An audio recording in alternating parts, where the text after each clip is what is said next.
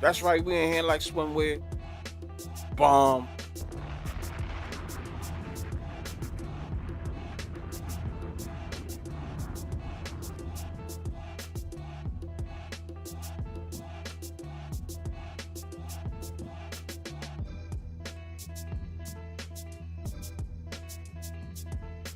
That's right, baby.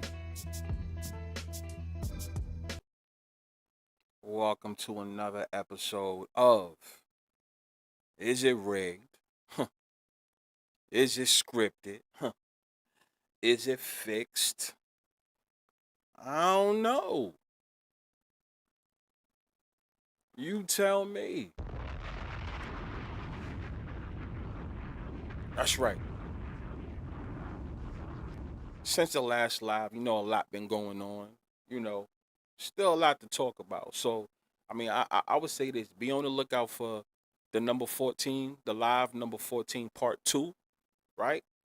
I would probably say part two would probably be better than part one. I don't know. Maybe it'll be the same. I don't know. But I don't know. I don't know, bro. I'm not even gonna lie to you. I can't even tell you that, right? But I just hope a lot of you guys been paying attention to what's been going on, and you believe me now, right? The number 14. I hope you guys believe me now, right? If you didn't believe me in the beginning, you believe me now, right? Or there's two ways to look at that. Number 14 or the number 4, right? Either way, right?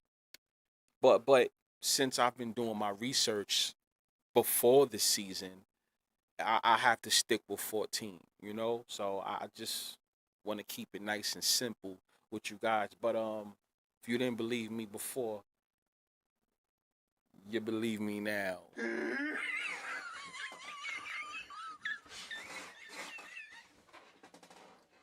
Right?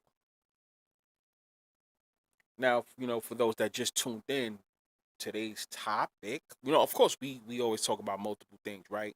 But our main thing is no excuses.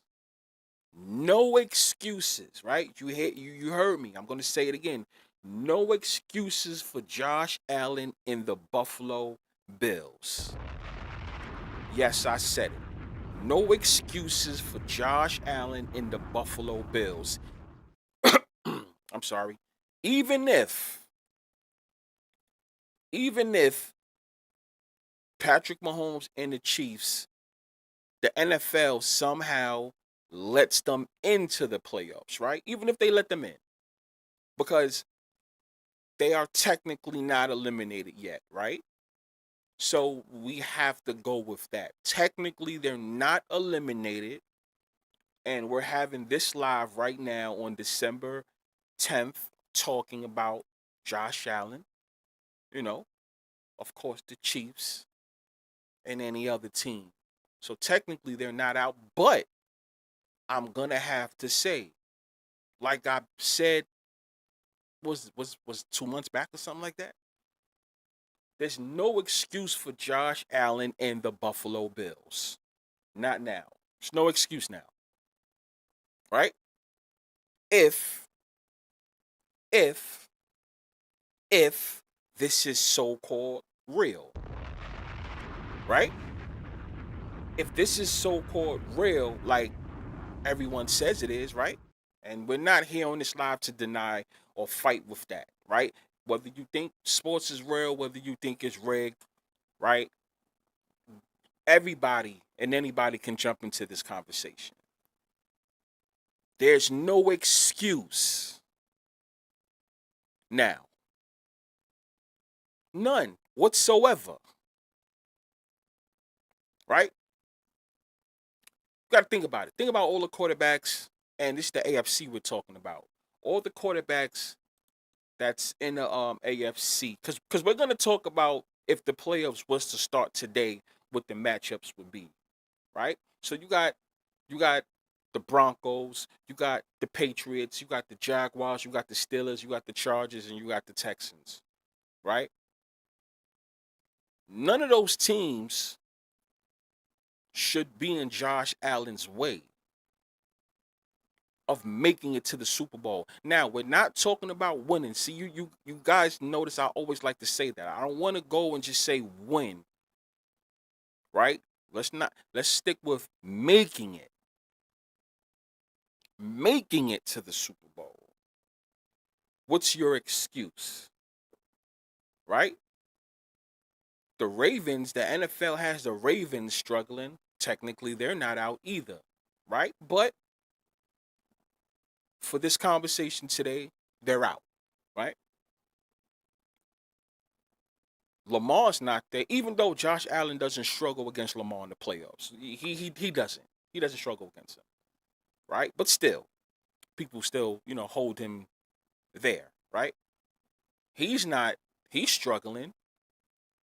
Joe Burrow is damn near maybe one game away from not making the playoffs, right? 1 or 2 games, right? It's about to be a wrap for them, right? So cross him out. And then, last but not least, Patrick Mahomes. It's already a wrap for the Chiefs to win the AFC West. They're done. They're done. That can't happen mathematically. It can't happen. So that's a wrap for that, right? Chances are, well, a lot of people believe that it's a wrap for the Chiefs, that they're not even going to make it to the playoffs. They're not even going to get a wild card. Okay, fine. We're going to talk about that. But I just have this question: if the Chiefs are not looking like the Chiefs, and that was Josh Allen and the Bills' kryptonite, what is the excuse now? If all this is real, right? Does that mean that Josh Allen is going to allow the Broncos, the Patriots, the Jaguars, the Steelers, and the Chargers, and the Texans? Those are the 6 teams that's in the playoffs besides the Bills, right? Is Josh Allen going to let those teams get in his way of making it to the Super Bowl? They didn't do it before.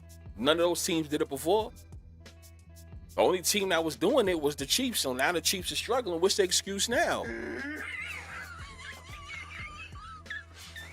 right? Right? Shout out to my chat.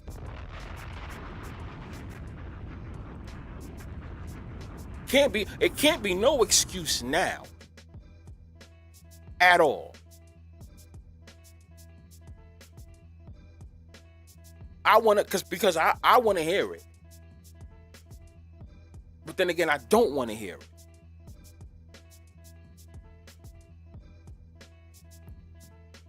This is, I'm not going to lie, this is exciting as hell.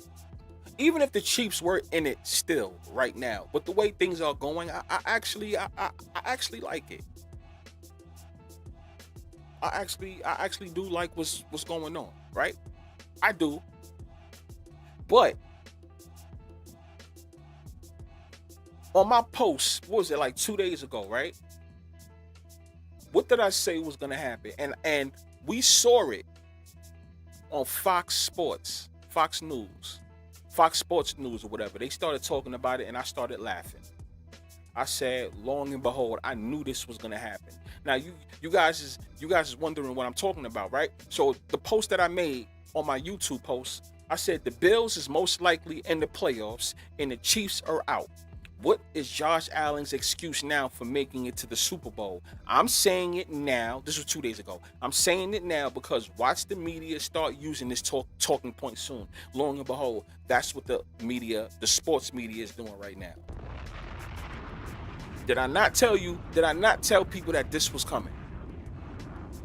You're going to see it more in weeks to come, though, depending on how the Chiefs go, right? Because still, they're not technically out. But let's have this conversation right now. If the Chiefs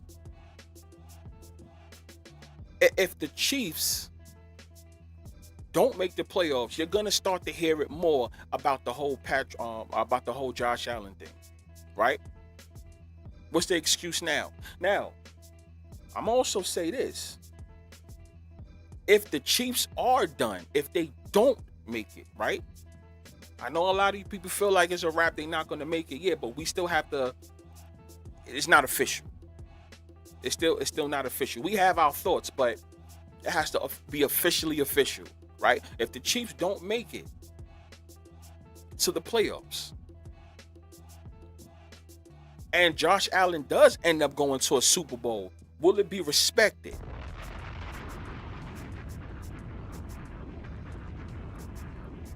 It wasn't that I was trying to beat people to the punch when I said that, but I have to say it. I have to say it. Is it going to be respected, though? Because you already know what you're going to hear. It's not about the Bills winning the Super Bowl or losing the Super Bowl. It's about them making the Super Bowl. You know what you're going to hear, right? Oh, Josh Allen only made it because Patrick Mahomes had a struggle year. Patrick Mahomes, Andy Reid, and everybody else on the Kansas City Chiefs had a struggle year, and that's the reason why Josh Allen was able to make it to the Super Bowl. So technically, is it respected?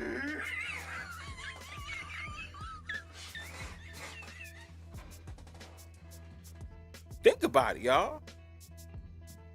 We're gonna cover, we're gonna talk about the Steelers and the Ravens too, right? But for those out there that's watching and listening, you have to ask yourself this question. When you go have this conversation with your homeboys or your homegirls or whoever watches sports, have this conversation. If the Bills make it to the Super Bowl and the Chiefs don't go to the playoffs, is it going to be respected? To me, technically, I wouldn't even want to go to the Super Bowl this year if I already know the Chiefs ain't going to make it, to be honest with you. Are you fucking serious?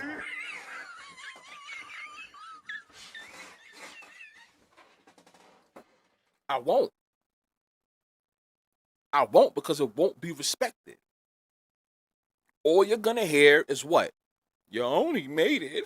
The only reason why you made it was because Patrick Mahomes and the Chiefs struggled.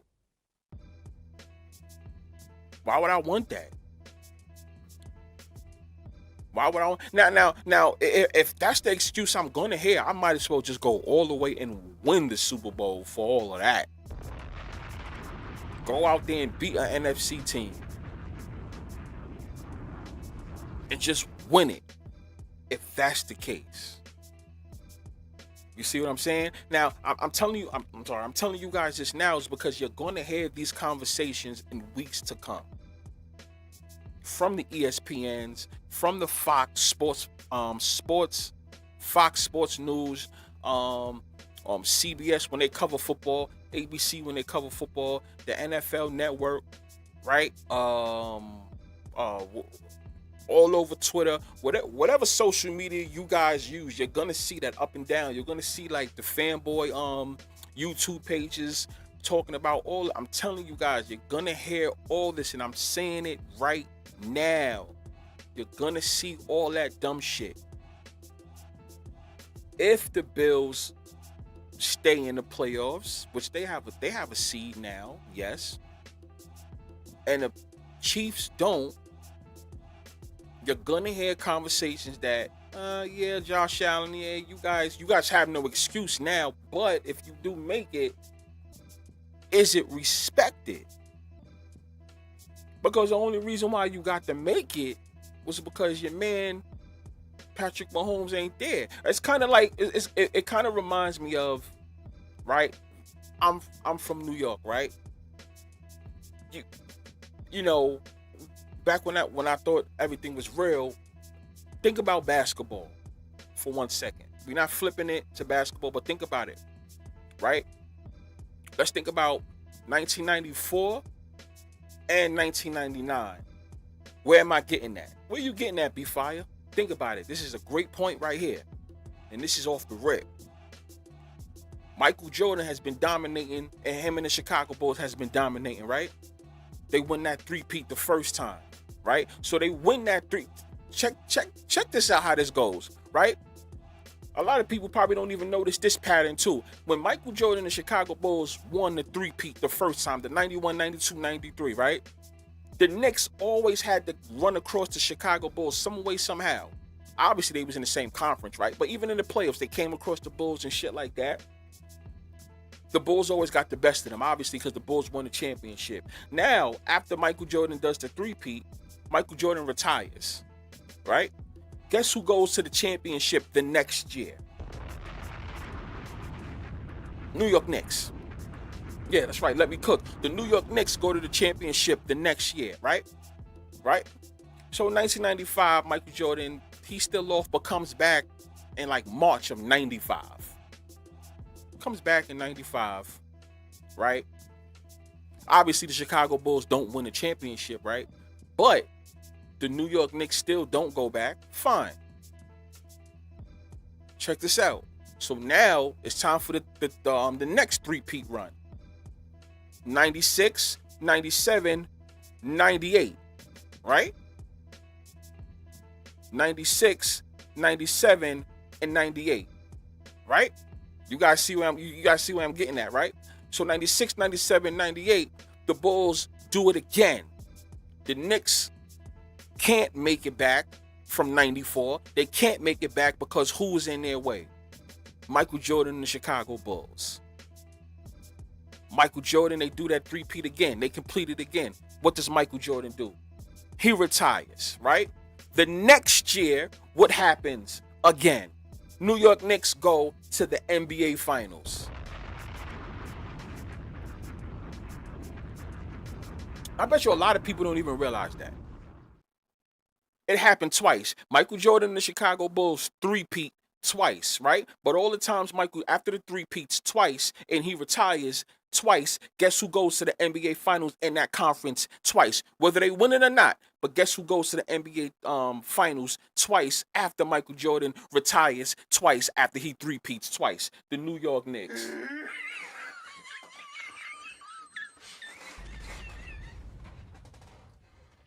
See where I'm going with this, y'all?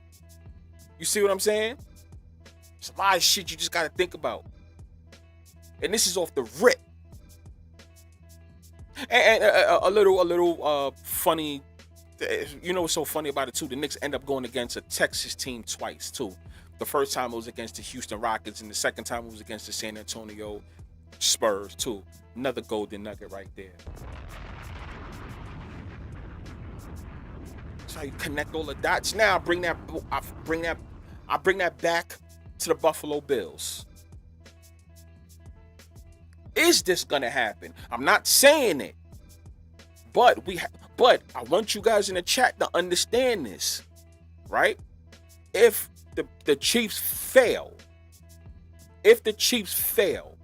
to make the playoffs, let's just say, because I don't think the Bills and the Chiefs is going to meet in the playoffs if the Chiefs was to make it, and I could talk about that too, and for a couple of minutes too after this. But I don't think if the Chiefs don't make it and the Bills go, is it going to be respected? It's the same way that we get it here in New York City about the Knicks back in the 90s, right?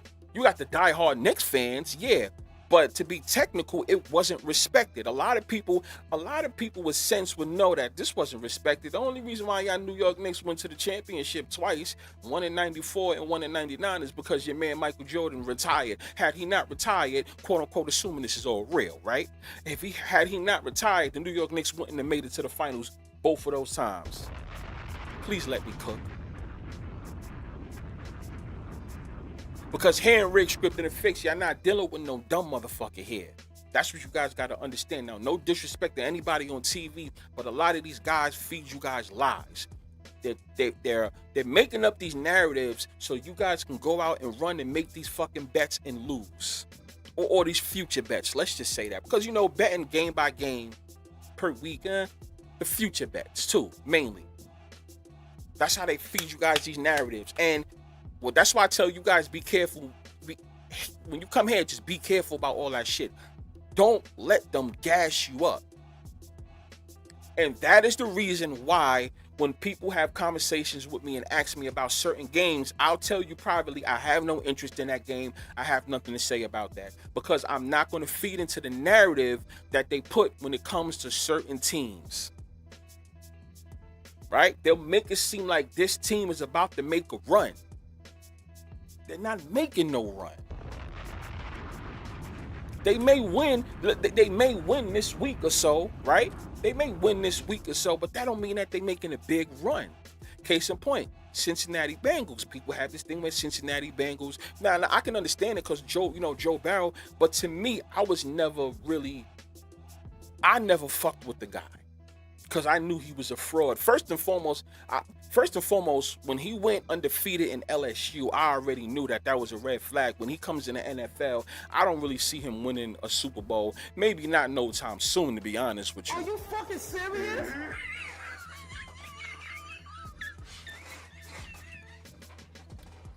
He was allowed to go undefeated in college. Joe Burrow was allowed to be undefeated in college. So we're gonna allow, that's it. That's what I said. We're gonna allow you to be undefeated in college, because a lot of college people take that shit serious when it comes to their sports, right? We're gonna allow you to be undefeated like that in college, and also walk away with that championship, and then you get to come in the NFL and just have success like that. I don't know what made anybody think that Joe Burrow was going to win a Super Bowl just like that coming in the NFL. To be honest.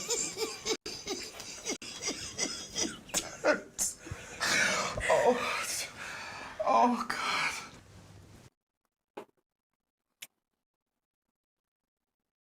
You understand what I'm saying?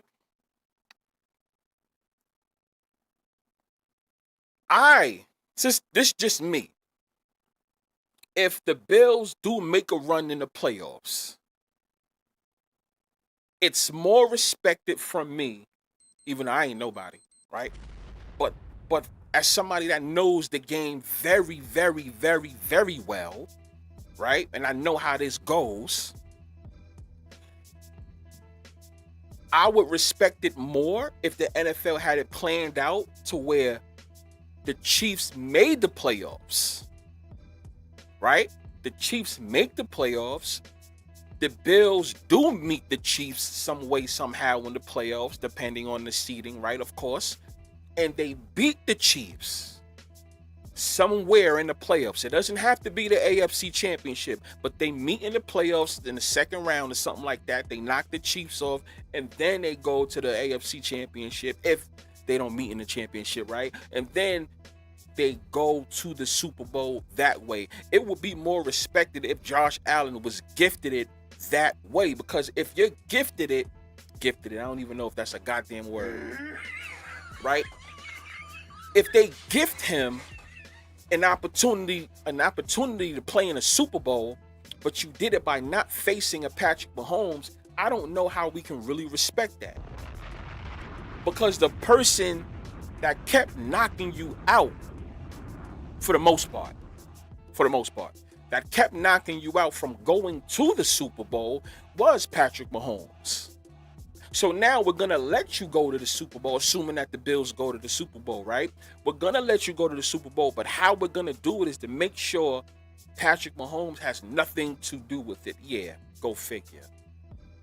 It can't be respected.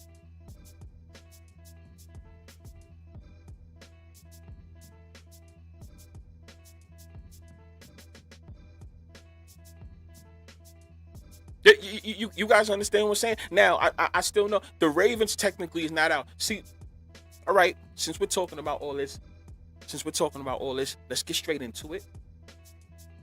Let's get straight into the playoffs, right? Got the Broncos, Patriots, Jaguars, Steelers, Chargers, Bills, Texans. AFC. If the playoffs was to start right now, because, you know, we did that last show. If the playoffs was to start right now,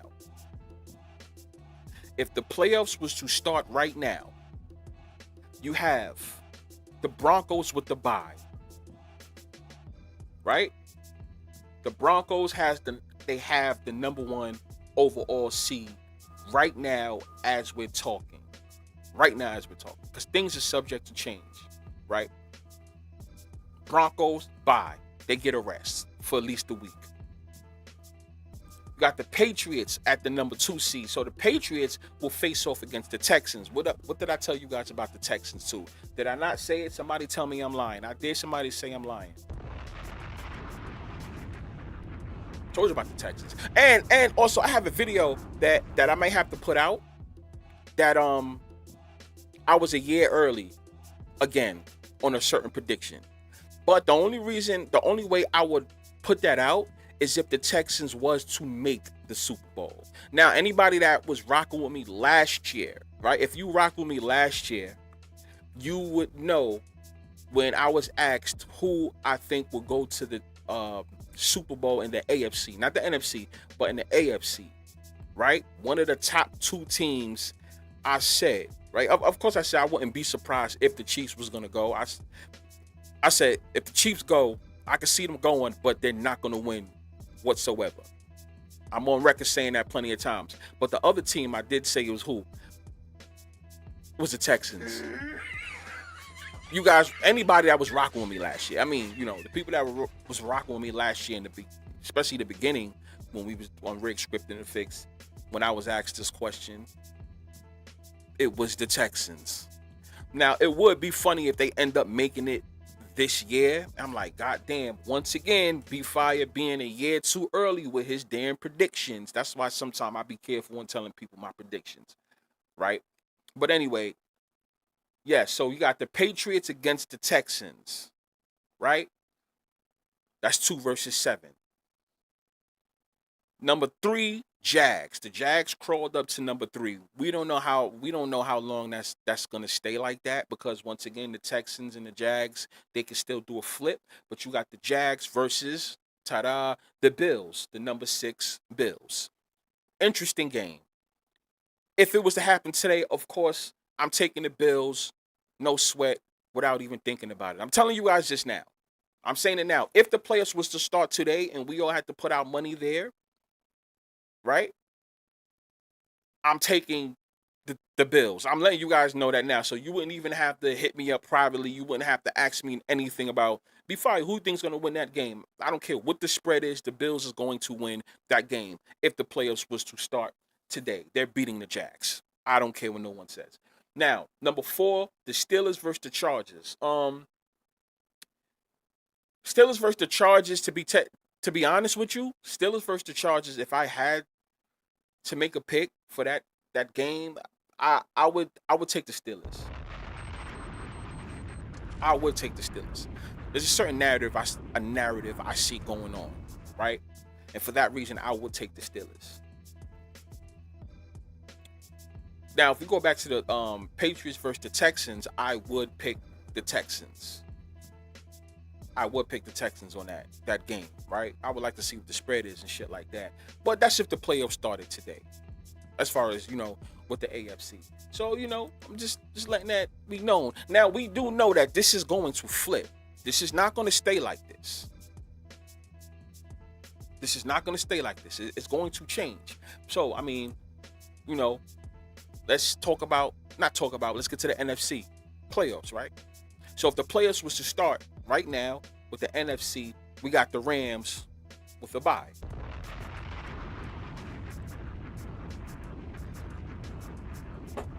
Rams get the bye.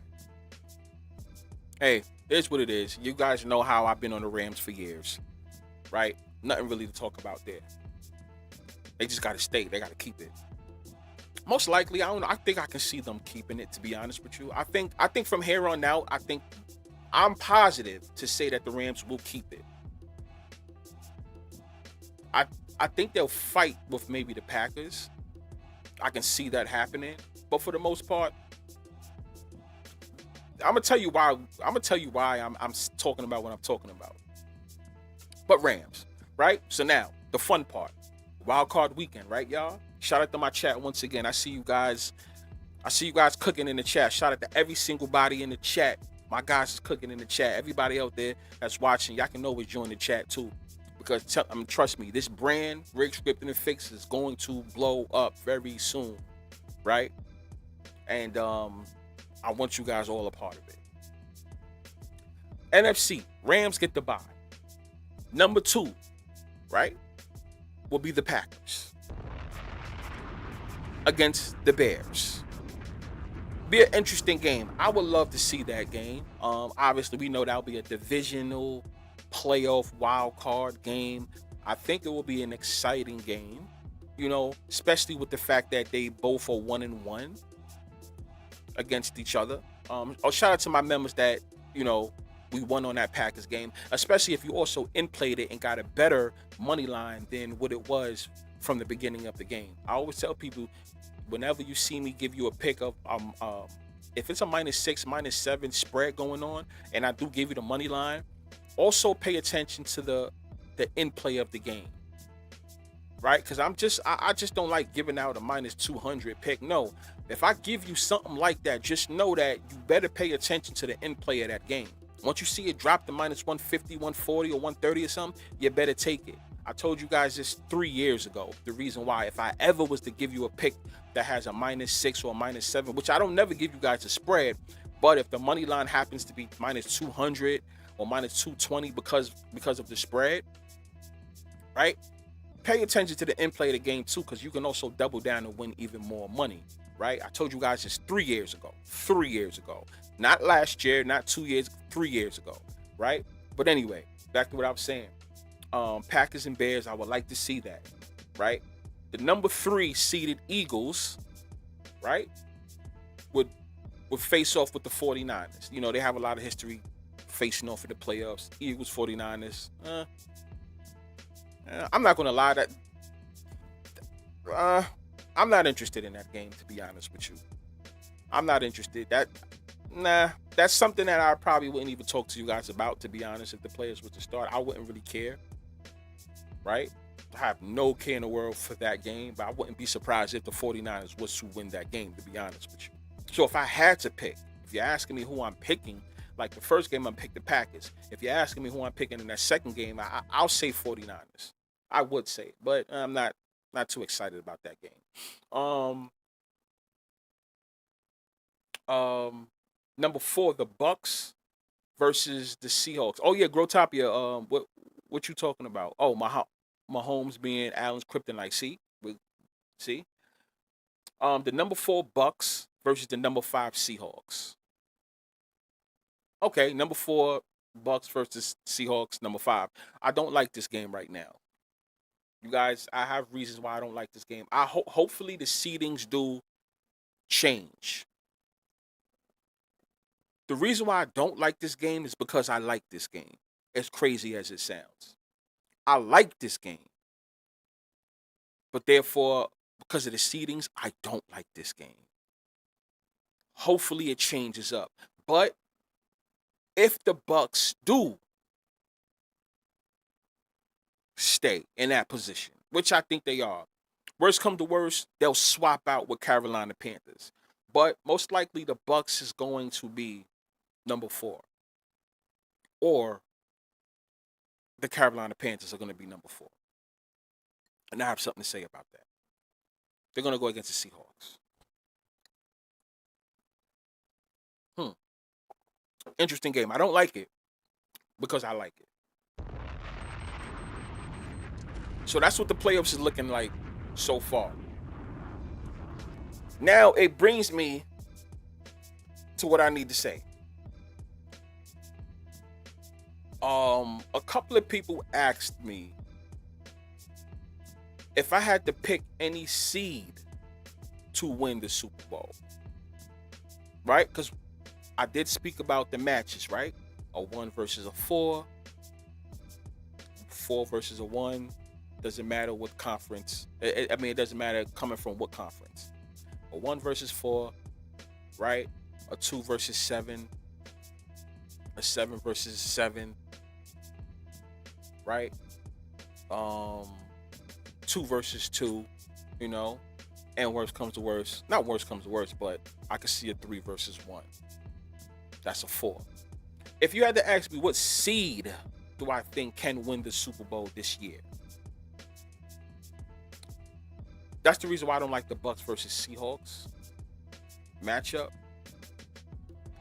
If you're going to ask me what seed, damn, this is crazy.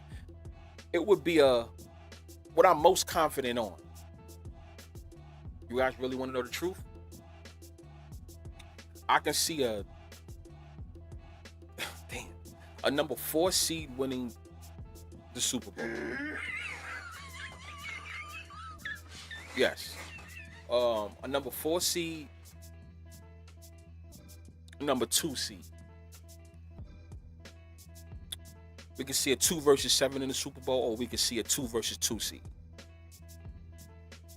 Yeah. I'm gonna be honest with you guys. I'm gonna be honest. Now, things can be subject to change depending on what we see in the Super Bowl. Not the Super Bowl, the playoffs. Right? So I can't wait till we get there. We got about a month or so till we see the actual seedings. So buckle up and brace yourself. I'm gonna be more confident in my on who I'm rocking with then. I just need to know who's making it, who's out, who's switching up, things of that nature. I just can't wait to see that. Right? But out of all seeds, I just tell people, be careful with that 4, to be honest with you. Be careful with that 4, right? Just be careful with that shit. I've been seeing certain signs for a long time. Right? And yes, the AFC will get a number 4 seed, just like the NFC South will get the 4 seed. So it's like, damn, B5, you really going with that? Now, I just want to know, is it going to be the Steelers versus, I mean, not the Steelers versus, but would it be the Steelers or would it be the Ravens? Would the Ravens actually get in? But if they don't, if it is the Steelers, and I remember the beginning of the year. Remember the beginning of the year. I remember I had a lot of you guys in the chat tell me you're bugging. It won't happen. But if you want to talk about how things are looking like today, if Josh Allen doesn't make it to the Super Bowl, you know what Super Bowl matchup still standing?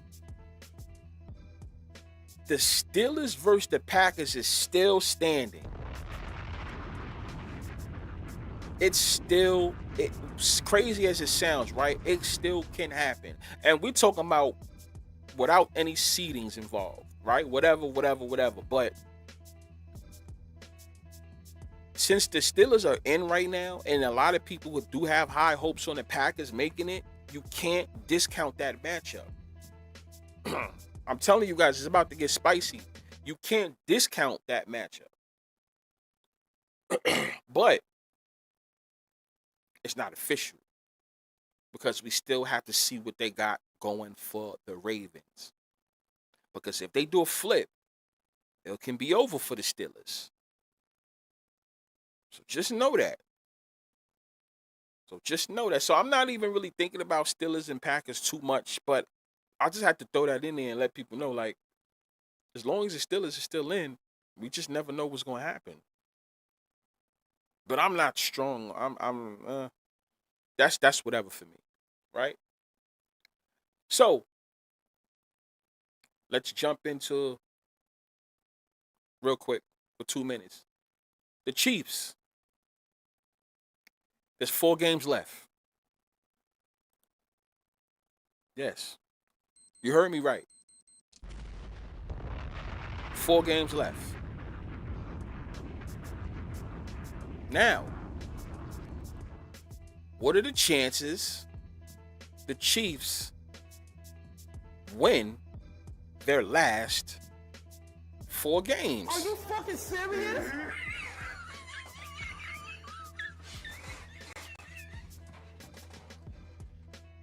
Because, a lot of people thought I was bugging with this whole 4 shit. And yeah. Shout out to anybody. And this was for everybody. This wasn't even just for the members. This was for anybody to take advantage of. Shout out to anybody who took that New York Knicks pick last night, because I gave you guys the clue of what was going to happen prior to the game. I told you. Anybody that's watching, that really don't know about this channel over here, I don't fuck around. I don't. I'm going to give you guys the business. And I mean that in a good way. Right? I don't break people's pockets. None of that. And yet I give the best and the most motherfucking gems so people can actually win or have better knowledge on the games itself. No fucking denying that. I don't know what any of these handicappers is talking about, because I ain't no handicapper. But they swear that they the best, they have the most knowledge in sports itself. They don't. Let me tell you something, they don't. Anybody that took that New York Knicks pick, and I gave you the clue. If you took advantage of that, shout out to you. Here's a bomb for you again. And I told you guys, I posted it up and I gave you the clue of what's going to happen. And because I was on Twitter going ham on that. And that was the clue. You guys know what I'm talking about last night. And then if you guys go into the post part, look at the picture that they posted up. Look at the picture that the NBA posted up. Well, first off, it goes like this. Yeah, might as well just show that shit, right?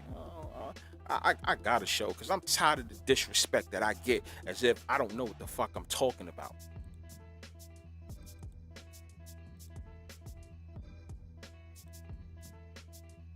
You know what I'm saying? I'm tired of it.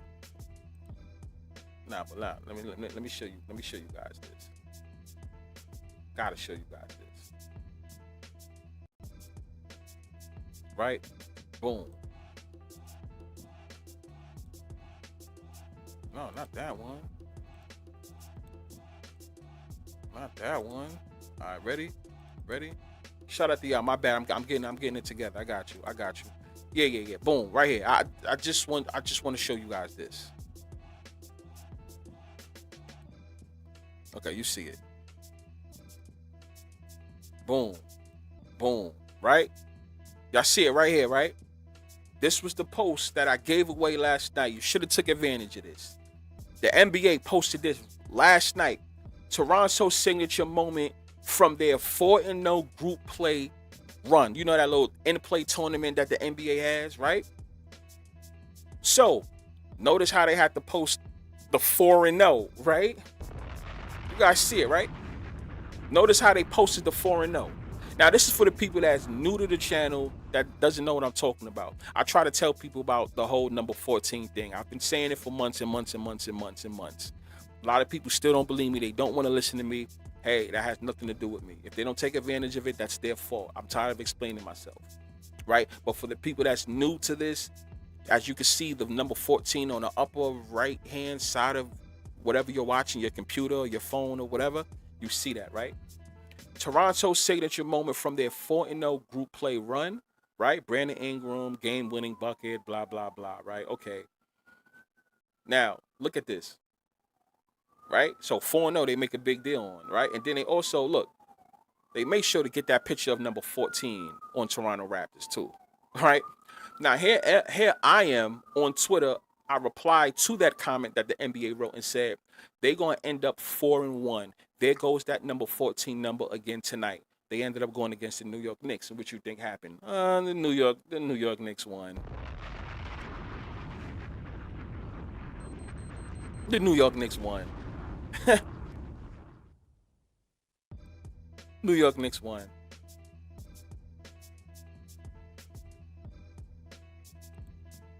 Well, see? New York Knicks won. But I don't know what I'm talking about. I don't know what I'm talking about. See, a lot of you guys have to go to handicappers and you have to maybe pay them what? How much they charge? $20, $30, $40, $50 a game? Right? A game?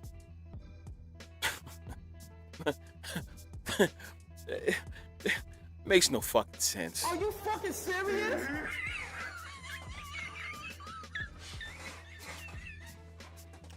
But I don't know what I'm talking about.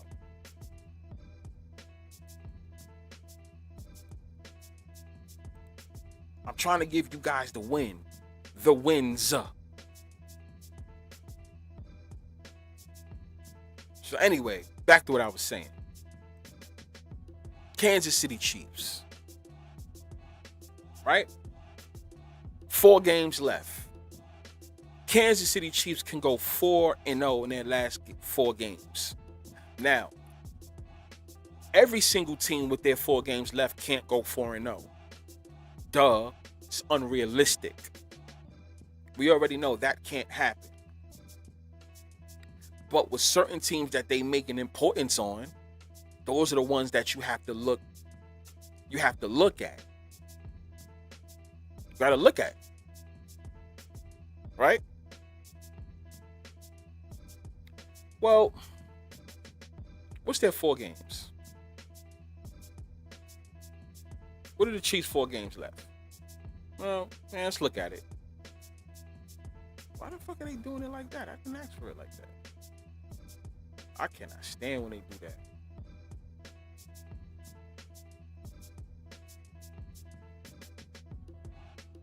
Chargers. Chargers own the tiebreaker too, by the way, because they beat the Chiefs. Chargers, Titans, Broncos, and the Raiders. Those are their last 4 games. Now, can the Chiefs go 4-0 their last 4 games? That would give them what, about 10 wins, right? They'll be 10-7.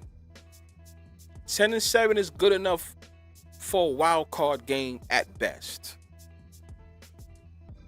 Wild card game at best. We got to see how the 5th, 6th, and 7th teams that's already in, we got to see how they play out, right?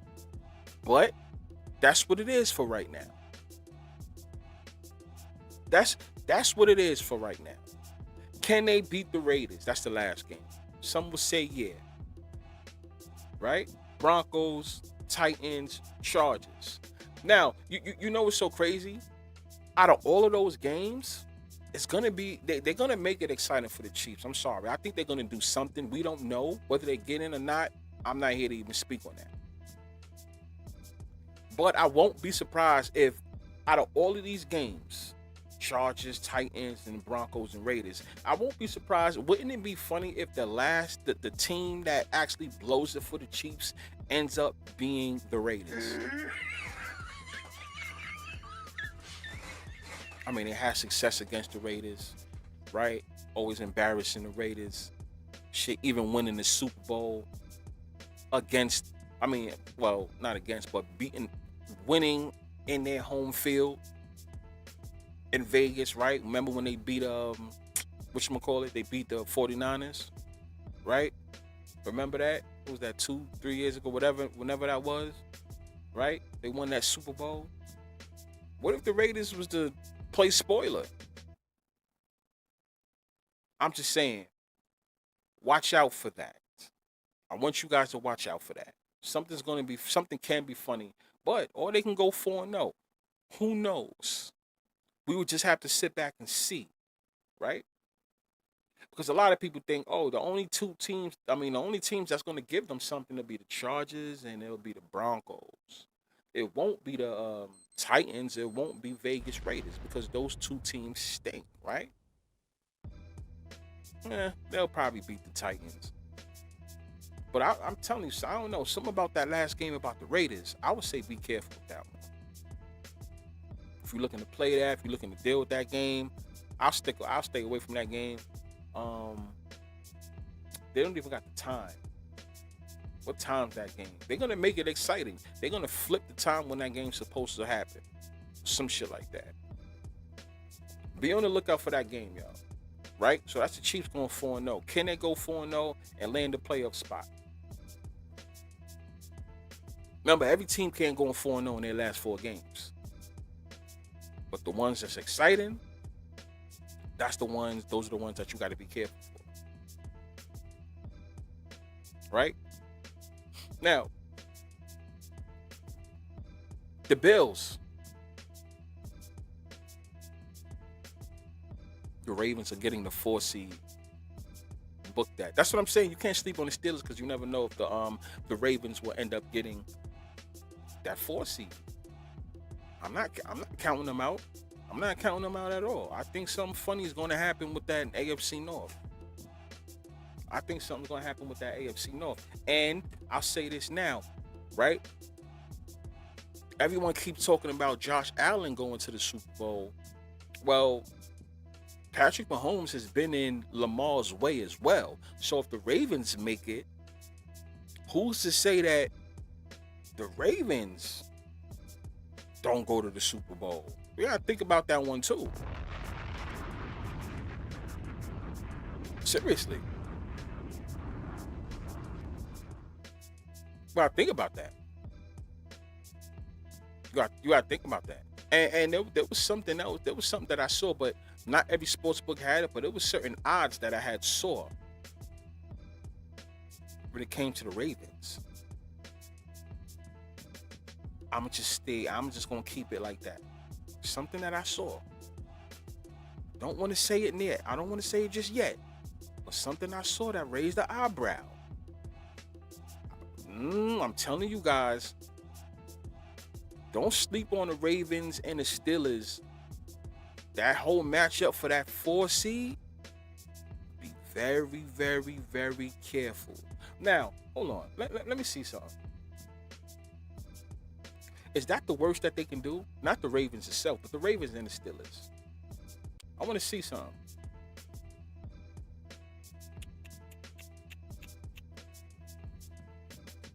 Why do they always do that? I hate this shit. Okay, yeah. Okay. All right. Okay. Now, I'll say this to say this one thing. The Steelers and the Ravens, they still have an opportunity to jump to the number 3 seed. You guys do know that. Not saying it's going to happen for sure. But the Steelers or the Ravens still have a chance. They got 4 games to do that, depending on how Jacksonville and Houston and also Indiana plays out. They can steal that 3 seed. But then again, I'm going to have to pay attention to who gets the 4 seed out of the AFC South.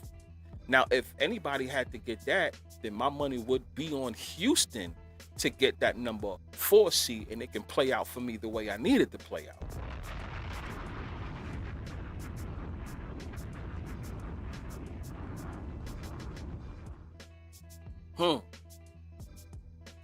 See what I'm saying?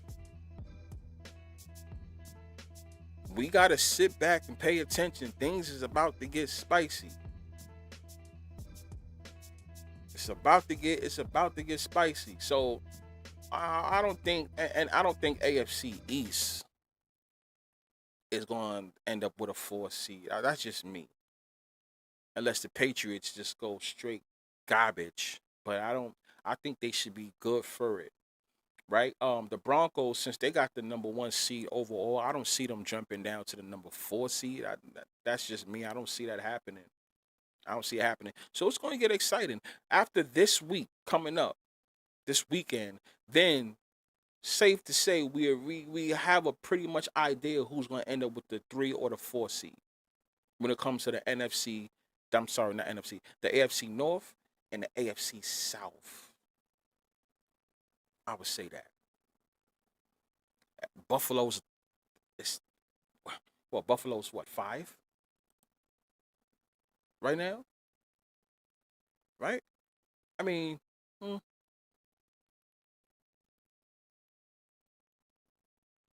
they're so fucking horrible, bro. They're so horrible. Not I'm talking about the NFL. Something I saw. They're so horrible. Yeah, but the Bills got number 6 right now. They got number 6. So we gotta see what happens. See what they're talking about. Randy Watson, he said the Ravens are due for a Super Bowl soon. He has the Ravens as number 4 versus the Bills number 5 in a wild card. Lamar versus Allen in the first round. That's Lou. Wow, Mr. Chance, shout out to Chance. He says he has the Ravens and the Bills in the wild card. That's the first game of the wild card. That's what you're talking about? Or you talking about maybe they'll meet somewhere in the second round if they don't meet the first round? No, that's I'm sorry, that's the divisional. Yeah, damn, that's the divisional. So you saying wild card? That's the first round. Ooh, damn, that's crazy because Lamar actually struggles against your man Josh Allen in the playoffs. So Lamar is due for a first round exit against Josh Allen. I mean, I think that happened before. That would be crazy. I mean, we talk about Josh Allen struggling against Patrick Mahomes, but your man Lamar Jackson struggling against Josh Allen in the playoffs is also something else to talk about too. Wow. The Ravens are getting that 4 seed. Book that. That's what Mr. Randy says. Ernesto says the Raiders. Ernesto says the Raiders beat KC week 18. The Broncos rest their starters versus the Chargers in week 18, so the Chargers get 1 over KC. So you think they're gonna? And the AFC West tells KC to sit down and know their place. But basically what he's saying is the Broncos and the Chargers are going to work together to keep the Chiefs out. Am I correct? I'm sorry, y'all. That's what it sounds like. You're saying that they're going to work together to get the Chiefs out. I'm going to read it again. This is Ernesto 4325. He says the Raiders beat KC week 18, right? Boom. The Broncos rest their starters versus the Chargers week 18. So the Chargers get 1 over KC because KC and Chargers own the tiebreaker so far. Right? They'll get 1 over KC. The AFC tells KC to sit down and know their place. So then basically the Broncos and the Chargers are going to work together to keep the Chiefs out. But the Raiders still have to do their job at beating the Chiefs as well. So it was almost like the whole AFC West against the Chiefs.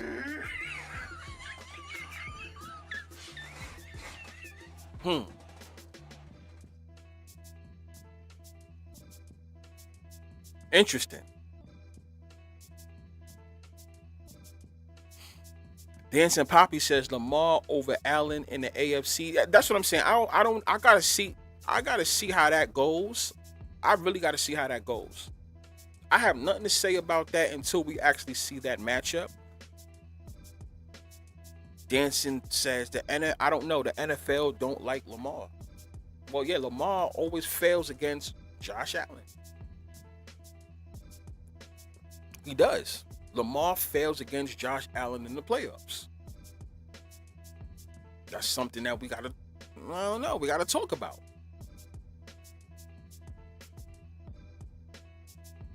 Yes, Ernesto says, yes, sir, unless the Broncos have to fight for the number 1 seed, and then most likely you got to think about them fighting with the number 1 seed for what against the Patriots. But then again, you still can't count that out because crazy as it sounds, the Bills can still get the number 1 seed as well.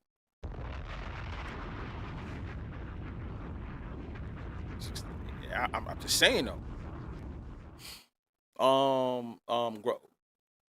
Grotopia says last time the Bills made the Super Bowl was the year USA hosted the year the USA hosted the WC in 1994. USA hosting next year again. The 1994? I don't know about that. You sure about that? Yeah, it was in the 1993 season. I'm sorry. Yeah. See, sometimes I hate when they do that. Yeah, the 1993 season, which the Super Bowl was played in 94. Yes, yeah. I was gonna say 93, but technically, yeah, 93, but it's played in 1994 because they used to have the Super Bowl in January around that time. So yes, the Bills went 4 straight. 91, 92, 93, and 94. Yes. Okay. 91, 92, 93, and 94. Now, here's the thing, too. We spoke about it before. They're 0-4. The Buffalo Bills. We've been seeing 14 a lot. Does it finally come true this time? I'm just asking the question. And you guys know what I'm talking about. Does the Bills finally get their Super Bowl? Do they become 1-4? Do they become 1-4? Do they finally become 1-4? I need to know that. I'm just curious. I need to know from y'all. Does it happen? I mean, come on now. You gotta ask yourself that question. Do they become 1-4? Finally. You know? Some people say no. Some people like, hell nah. Some people say yeah. I can't call it. Me personally, I can't call it until I see them make the Super Bowl. But it goes back to what I said from the beginning of the show. What is Josh Allen's excuse now? If you think about it, what is his excuse? At least to make it. We maybe not say win, because I know a lot of you guys is high on a lot of teams in the NFC, right? Packers, Packers, let's just say, right? Packers, as some people think, is the 49ers.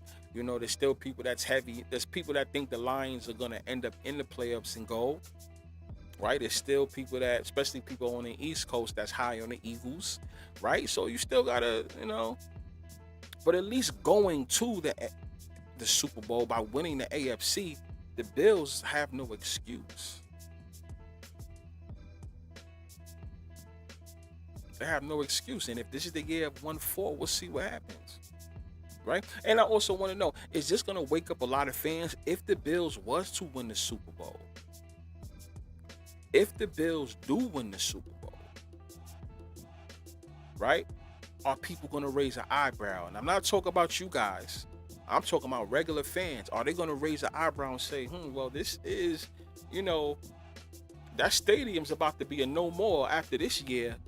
And then ironically, the Bills win the Super Bowl. I don't know. That's a little fishy.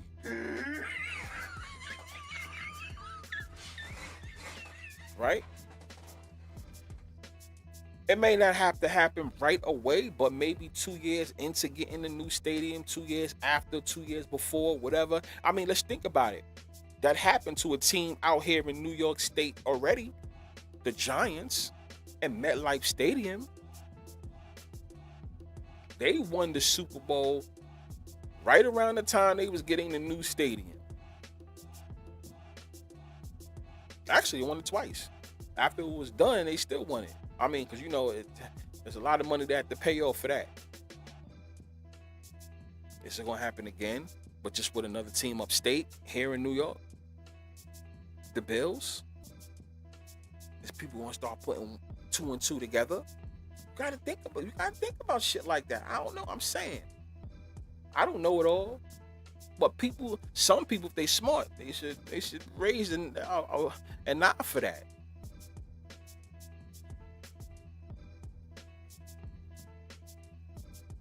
60 Super Bowls, 30 AFC winners, and 30 NFC winners. I do think the Super Bowl winner comes out of the AFC. That's what Mr. Randy Watson is saying, y'all, not me. I'm saying it, but I'm reading what his comment is. The Bills winning will be a downside to Jim Kelly's career. We all know Jim Kelly is the Buffalo.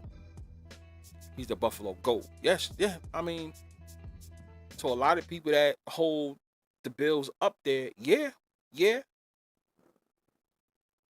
But they hold in. Here's the thing. What does this do for Josh Allen if, once again, like I said in the beginning of the show, Patrick Mahomes doesn't go to the playoffs? What's your excuse for not winning it now if this is so-called real, like everybody says it is? If it's real, come on now. What's the excuse? What's the excuse now? You gotta tell me something. What's the excuse? It's like he gotta win it now. The person that was holding you back, he's fighting for his life and shit like that. You gotta win the Super Bowl. So assuming the Chiefs don't make it, you gotta go all the way.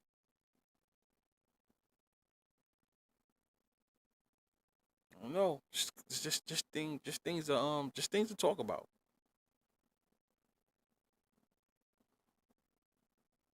Yeah. I see that. Let me see. Let me read that. Yeah, the New York Giants won with Eli during the new stadium opening, and the Bills got one too. He'd be their Eli if he wins it. Bills suck moving forward if they win it all. Yes, I agree. If the Bills win a Super Bowl this year, they're not winning no time soon. Again, Josh Allen won't. I don't think he retires a Bill anyway. I think he's for the rest of his career. Not now, but at least pretty soon. I can see him going to another team. And if he does go to another team, that's because he can't get it done with the Bills. So we have to see what happens this year. Does the NFL have it for Josh Allen to win this year? Now, they're not going to give him MVP this year. So for those who is heavy on the Bills, that should be a good thing. Because you know how I feel. And I'm not saying I'm the first one to say this. But I feel, me personally, even before the media said it, I feel like I was publicly, to be honest, no funny shit, publicly, I feel like I was the first one to really let it be known that the year you win the MVP, you don't win the Super Bowl. And the only person that had done it prior to Patrick Mahomes doing it, I guess 3 years or some shit like that, right? Was Kurt Warner. But besides that, I've always been on a rampage letting it be known that if you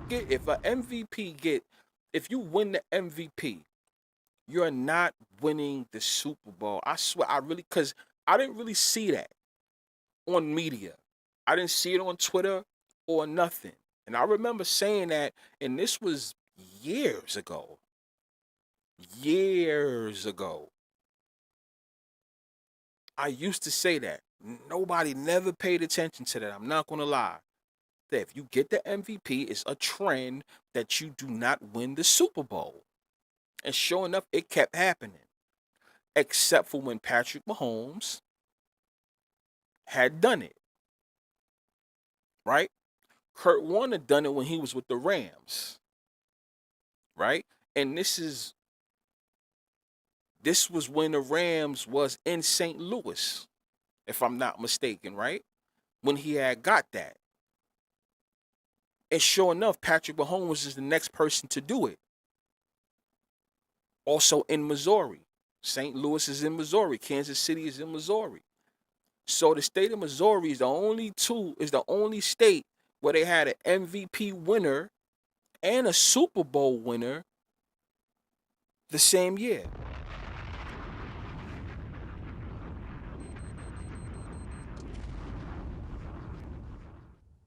I said this.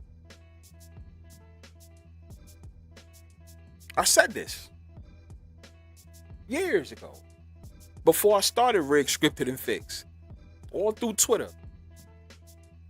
I was an annoying fuck on Twitter. I used to always try to blow shit up on Twitter. I remember saying that shit like it was yesterday. MVP winners don't win the Super Bowl.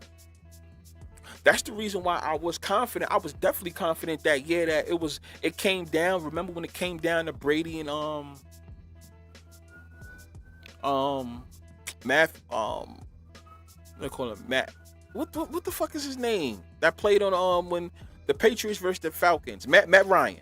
Remember that those were the two finalists, Tom Brady and Matt Ryan? Remember that? And then when they finally announced it, that shit, I think they announced it 2 days before the Super Bowl. I think I remember that. Yeah, they announced it on a Friday or a Thursday and shit like that. I said, Patriots ain't losing that Super Bowl. Patriots ain't winning that Super Bowl. Especially with the fact that that was the same year Tom Brady had to do four-game suspension. And that was their justification. Oh, Matt Ryan got to play the whole season. Tom Brady had the 4-game suspension. So we had to give it to Matt Ryan. Oh, yeah. Falcons ain't winning that championship.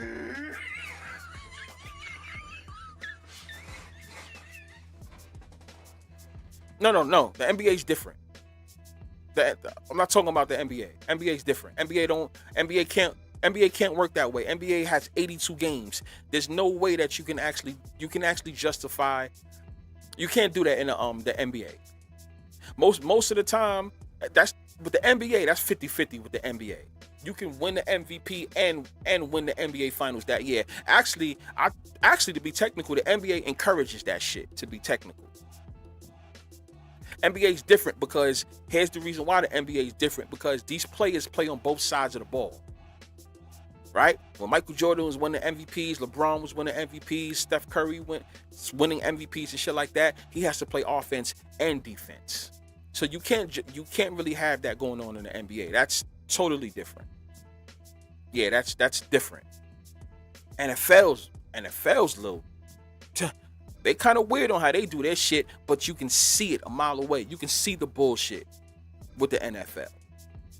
Even to the point where what the NFL would do is, right, since you can't play on both sides of the ball, well, players don't really play on both sides of the ball. If you don't get the MVP, what do they award you with? The offensive player of the fucking year, right? Or the defensive player of the year. That's what they'll do. That's another way of saying, yeah, you get the MVP, but you don't actually get the MVP. That's how basketball does it. But football don't work that way at all. It has to look good in basketball. It has to look good when the MVP winner actually wins the championship. Remember, in the playoffs, these guys is playing 7-game series, right? It's different. NFL, straight one game and you're out.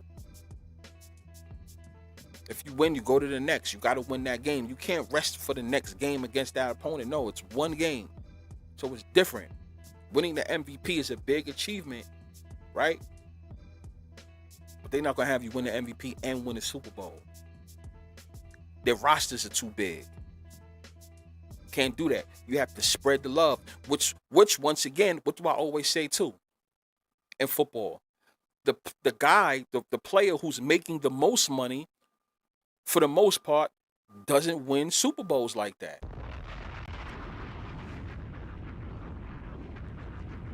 How many times did I tell you guys that? Most of the time, when the highest paid players on average don't win Super Bowls. If I'm going to give you the money, you can't get the Super Bowls like that. Now, Super Bowl winners can have big money, but notice how their contract is. Pay attention. Remember when Patrick Mahomes, he had a 10-year contract. Remember, it looked good with all that money, right? What was it, like damn near $500 million, right? It looked good, but if you really think about it, that's 10 years. You can reconstruct that contract, yeah, but that's 10 years. There's gonna be players that's gonna come right in front of him and make more money than him. And that's what's been happening. But guess who's winning the Super Bowls? Patrick Mahomes. They'll throw somebody else in there just for a little bit, like Jalen Hurts or whatever, Matthew Stafford, or they'll throw people in there. But the main guy of the league, he's not gonna win. He'll get the Super Bowls, but he's not gonna be the highest paid. The highest paid players are the ones that's gonna be throwing games the most, even though they all throw games.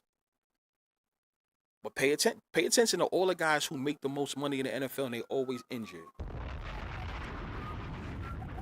Pay attention. See, that's the reason why I tell people, like, I look at things differently from how the normal person looks at things.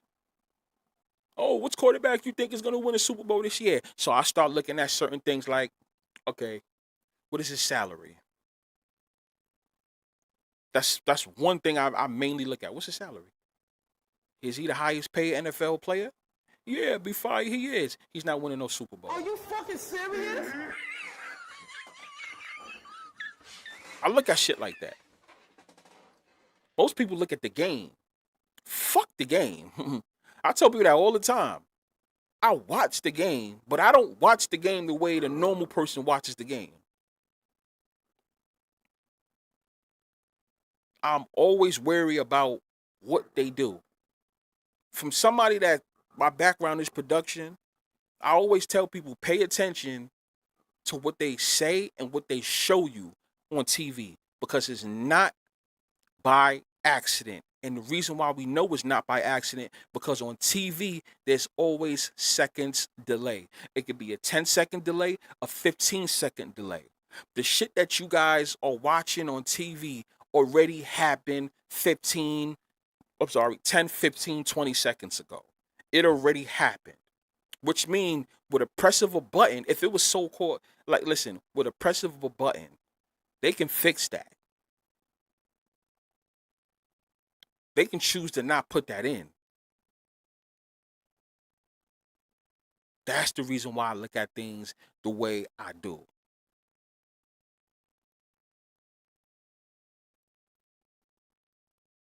Get what I'm saying? All of these contracts that they get, is to throw games. All of them. I'm giving you all this money because I need you to throw games and make your opponent look good, and or I need you to get injured, aka fake an injury. And the reason why we need you to fake an injury is because we need such and such player to shine just for a little bit. So basically, I am paying you to take a step back, aka Deshaun Watson. Only a fool will believe that whole Deshaun Watson story. Only a fool will believe that whole Deshaun Watson story. Think about it.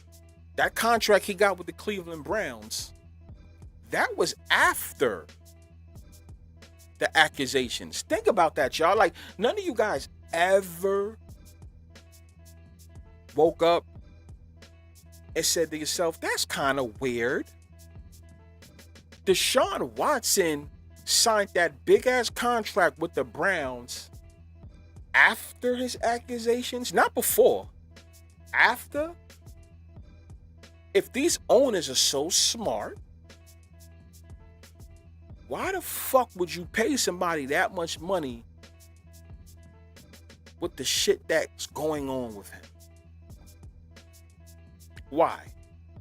And not to mention, there was times when he was injury prone, because remember when he was with Houston Texans had a horrible ass O-line, right? Houston Texans is one of the teams known for having bad O-lines, right? So he gets hit a lot.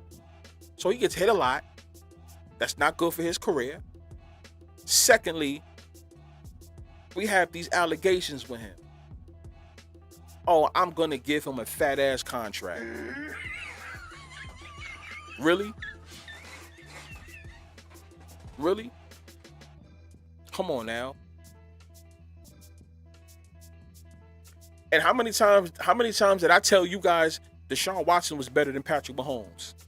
1,000% in every way. When I say every way, y'all, you're going to hear me say it right now on camera.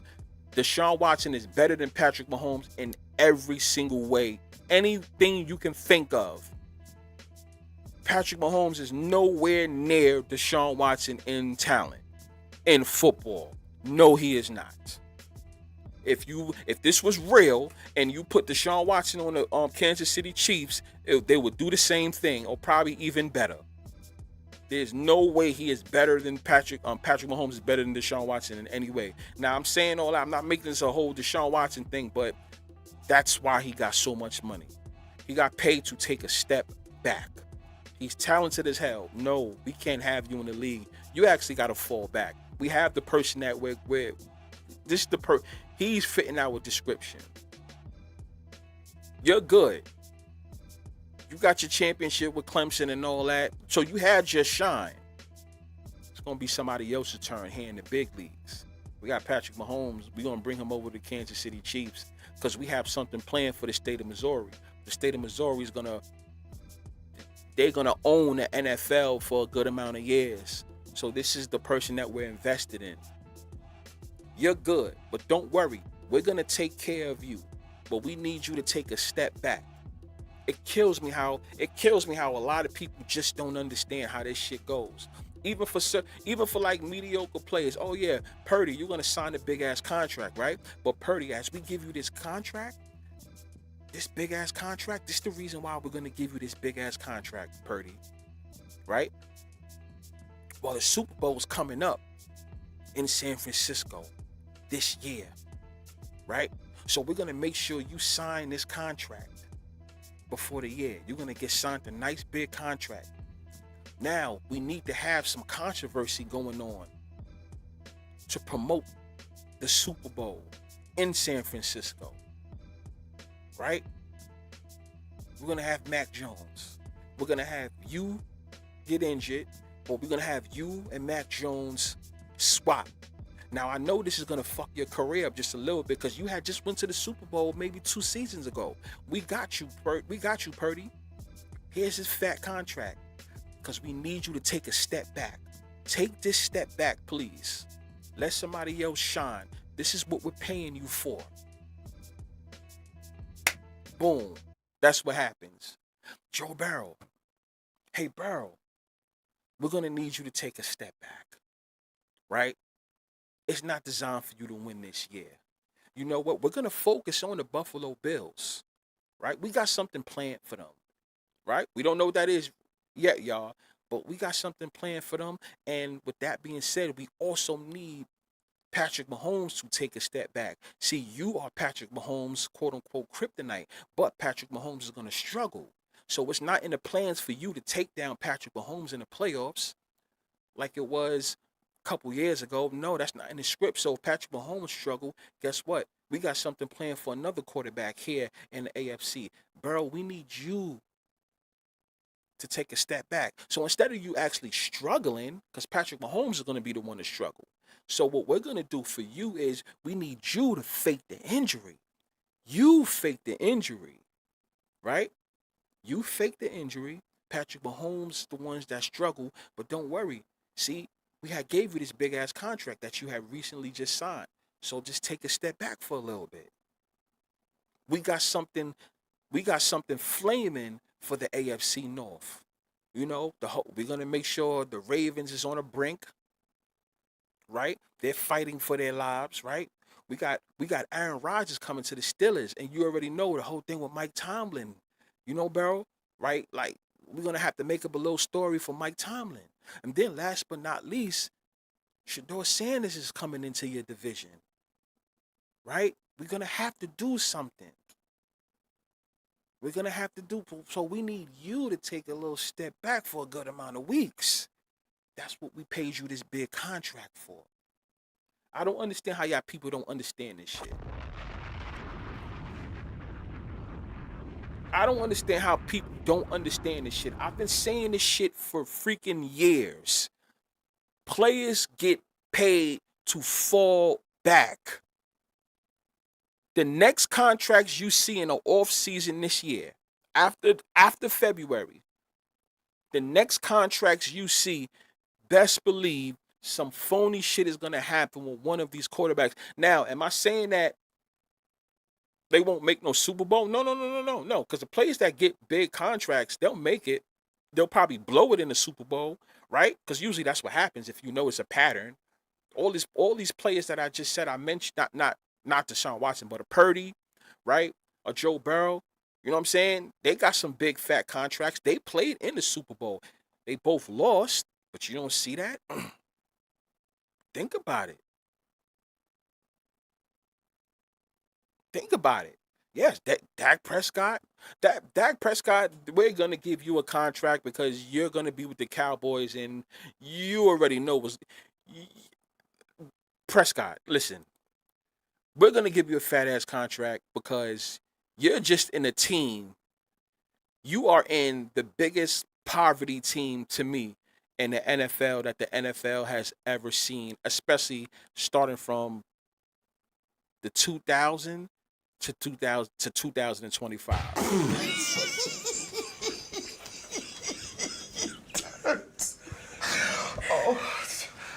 Prescott, Dak Prescott, you played for the worst team in the NFL, the Dallas Cowboys. But we are going to make it seem like this is America's team. We're going to continue to make it seem like it's America's team.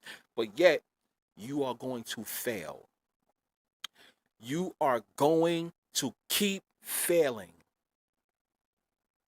Right? Just hear me out. You are going to keep failing. But you got to understand what comes with that, Prescott. Prescott, we're going to make sure you play here. We're going to continue to keep you here in the Dallas Cowboys. You're going to get the primetime games. We're going to keep talking about you on ESPN, on Fox, CBS, ABC, NFL Network, all of that. You're going to get everything. You're just not, the only thing you can't get, you just can't get the trophy.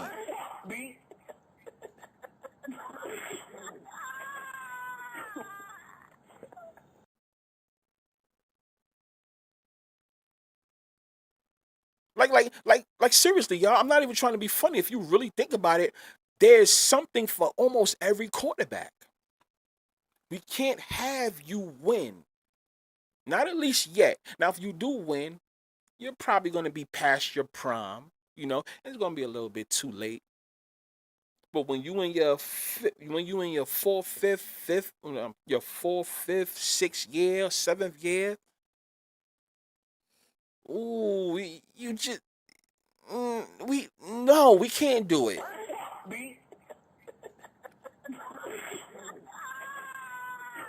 Lamar,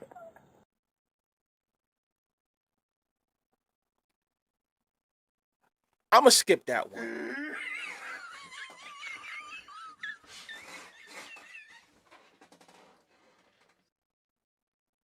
Come on now. I just need people to understand that shit.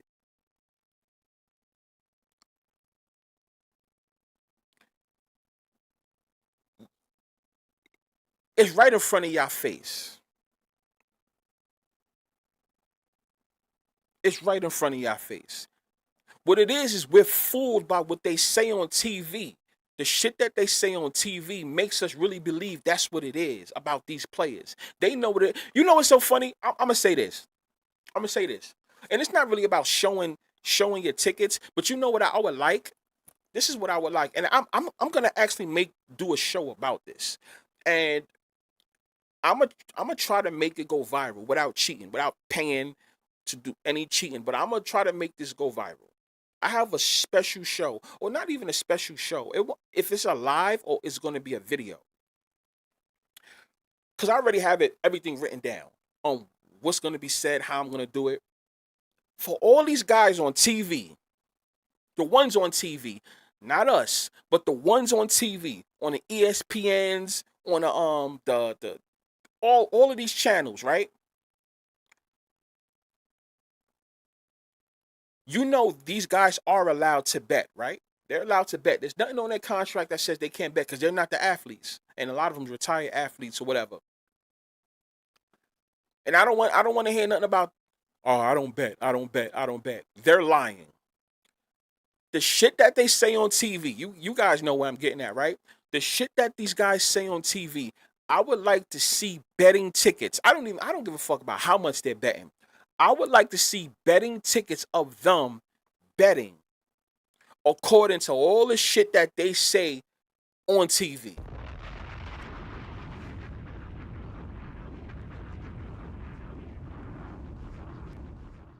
All the shit that they say on TV, right? Because remember, they go hard. Like, oh, this person is this. This person's going to win. This person's going to win. Because they call themselves experts, right? So if you're an expert, I would like, fuck your picks. Because remember, you guys are the one that's on TV, not us. So since you guys have so much knowledge, because you are this close to the players, right? All it takes is a phone call. A lot of you guys used to be players. I want to see if you guys actually bet the shit that you tell people to do.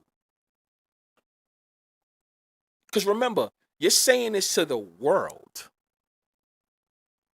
I'm willing to bet that the shit that these guys say on TV, they actually do for the most part. For the most part, they actually do the opposite.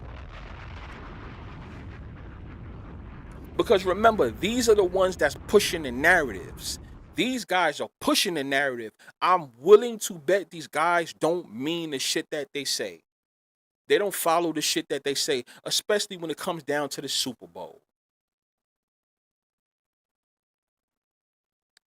The narratives that they push, for the most part. Because it brings me back to, I remember, what was it, the 2020 season / 21, when it was the Chiefs versus the Tampa Bay Buccaneers. And when I was watching ESPN, how hard they was going at the Chiefs winning the Super Bowl. And this is first take, that is. The way they was going so hard at Patrick Mahomes winning that Super Bowl. I will never forget that. The way they was going so fucking hard at that. I'm looking at their faces and I'm like, I don't even think that they believe the shit that they are saying. There's no chance in hell Patrick Mahomes and the Chiefs are winning that Super Bowl. They're liars.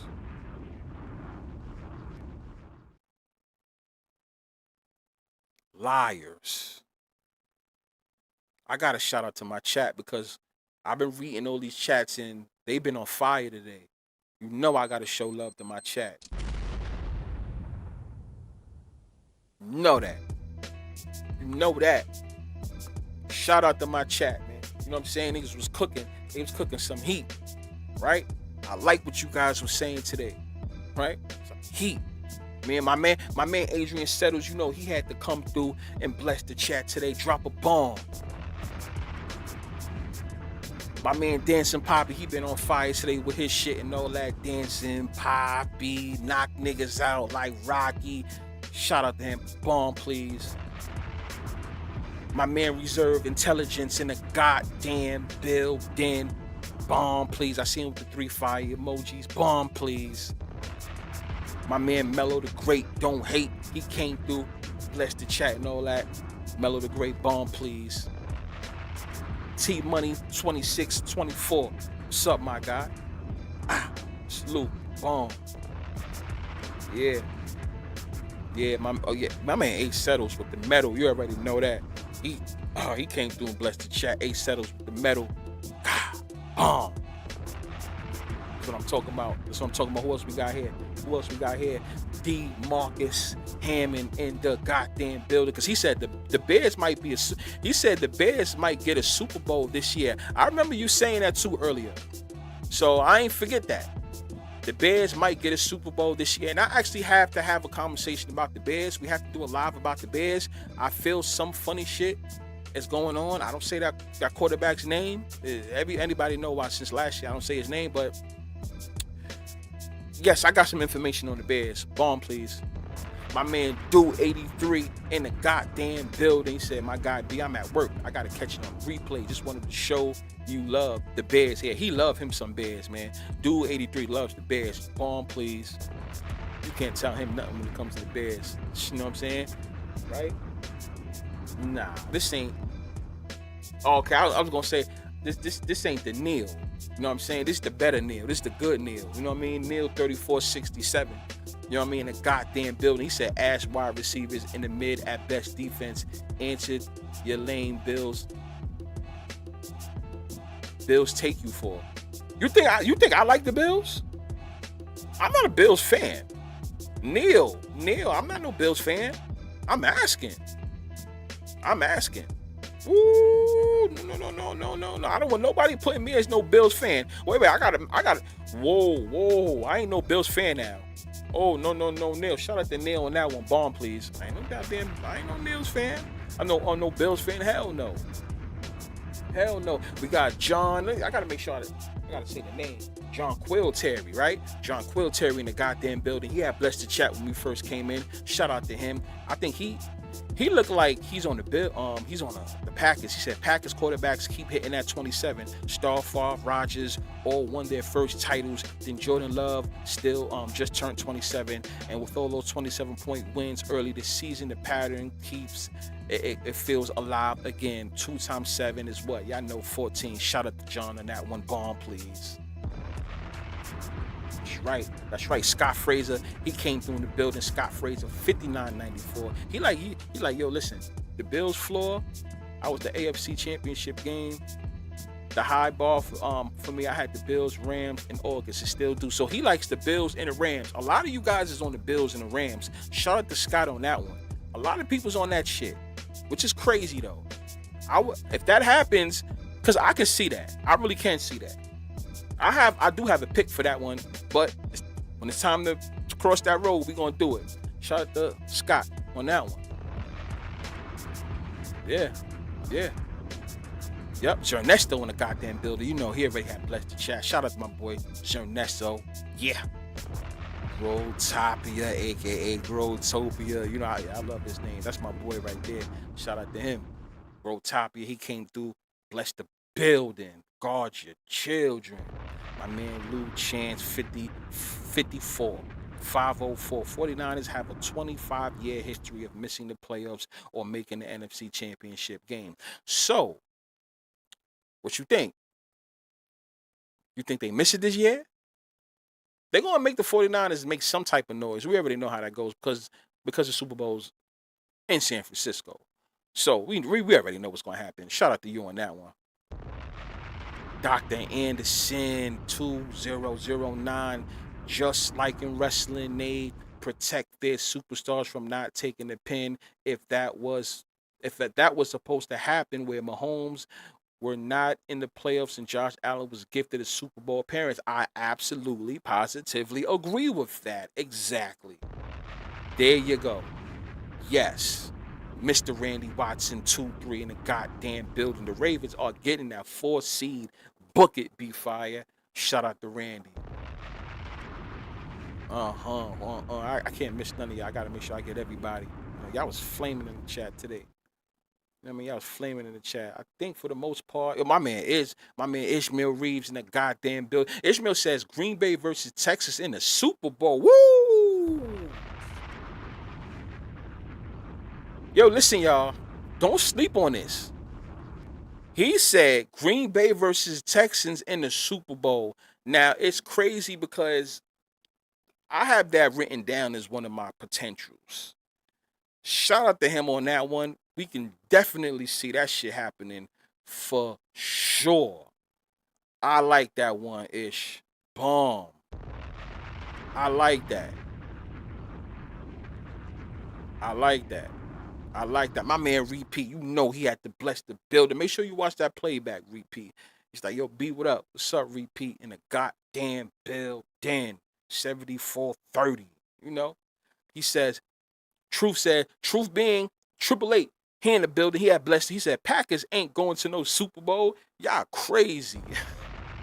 He ain't playing. Like Truth, you can tell the way he wrote that. He's like, Packers ain't going to no Super Bowl. That's just bait, y'all. Don't believe that shit. He said it again. He said, Packers are bait. Shit. Hey, listen. You know, so crazy, Truth. That's why I gotta see the seedings. I gotta see that seed. We have a couple of weeks till we get the seedings. That's when the fun part's going to begin here in Rick Scripted and Fixed. When we get these seedings. For real. Shout out to you on that one. Mr. Randy says, I still don't say his name. Even though I know you twisted it up, Randy, I'm not saying his name. Nope. I'm not. Repeat says Lamar's getting. Huh? No. Lamar. Basically, you saying he's going to the Jets when his contract is up? Lamar to the Jets? Ooh. Y'all think so? Lamar to the Jets? Something to think about. Lamar to the Jets. I could see it. I don't know. I could see that. Shit. Lamar to the Jets. Not just because of New York, but I could see that. Chan says, I could see the Packers versus the Texans Super Bowl. I remember back in 2023, they kept matching Stroud and Love with headlines. Damn near had them rocking the same hairstyles. Hey, bro, who remembers that show we did about Love and Jordan Love and Stroud having the fucking same hairdo? Oh my gosh. 2 years ago. Shout out to Chance with this comment. Bro, we hit on a lot of shit for years, yo. And the fact that you brought this up, and I know you ain't watched that episode 2 years ago that we did here in Rick Scripted and Fixed. Yo, I like this. Remember, I used to say they were similar to each other and shit like that. Oh, man. Yo, shout out to you on that one. Especially 2 years ago when they both made it to the playoffs. They both made a wild card and shit like that. Because didn't they both win the first round? I think it was like 2 years ago, right? To beat the Houston beat the let me say it, I'm saying off the top of my head. Houston beat the Browns, and Your man Love and the Packers beat the Eagles. Yeah, and they was looking to like both of those games and shit like that. Yeah, yep, yeah, yep, yep, yeah. Shout out the Chance on that one. Yeah, damn, yeah. That see how you saw it. Yo, a lot of people be seeing that shit. What it is, I think it goes through. It goes over people's heads when they notice shit and don't realize they notice certain shit. Love and Stroud damn near was like the same. Not gonna say their stories was the same, but the way they was treating them, it was almost the same fucking way. I remember that vividly, especially 2 years ago. I remember that. And then Jordan Love, I don't know if the NFL told Jordan Love, listen, we need you to get rid of the hair because there's somebody that they're already comparing you to.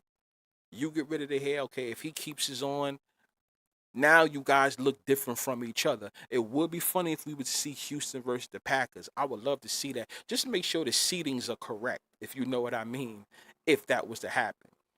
Because I remember I had fucking Stroud, this was last year though, to go to the Super Bowl. That was one of my picks. It didn't happen. Chiefs actually ended up beating them, but I had them beating the Chiefs. It is what it is. But that would be funny if that was to fucking happen.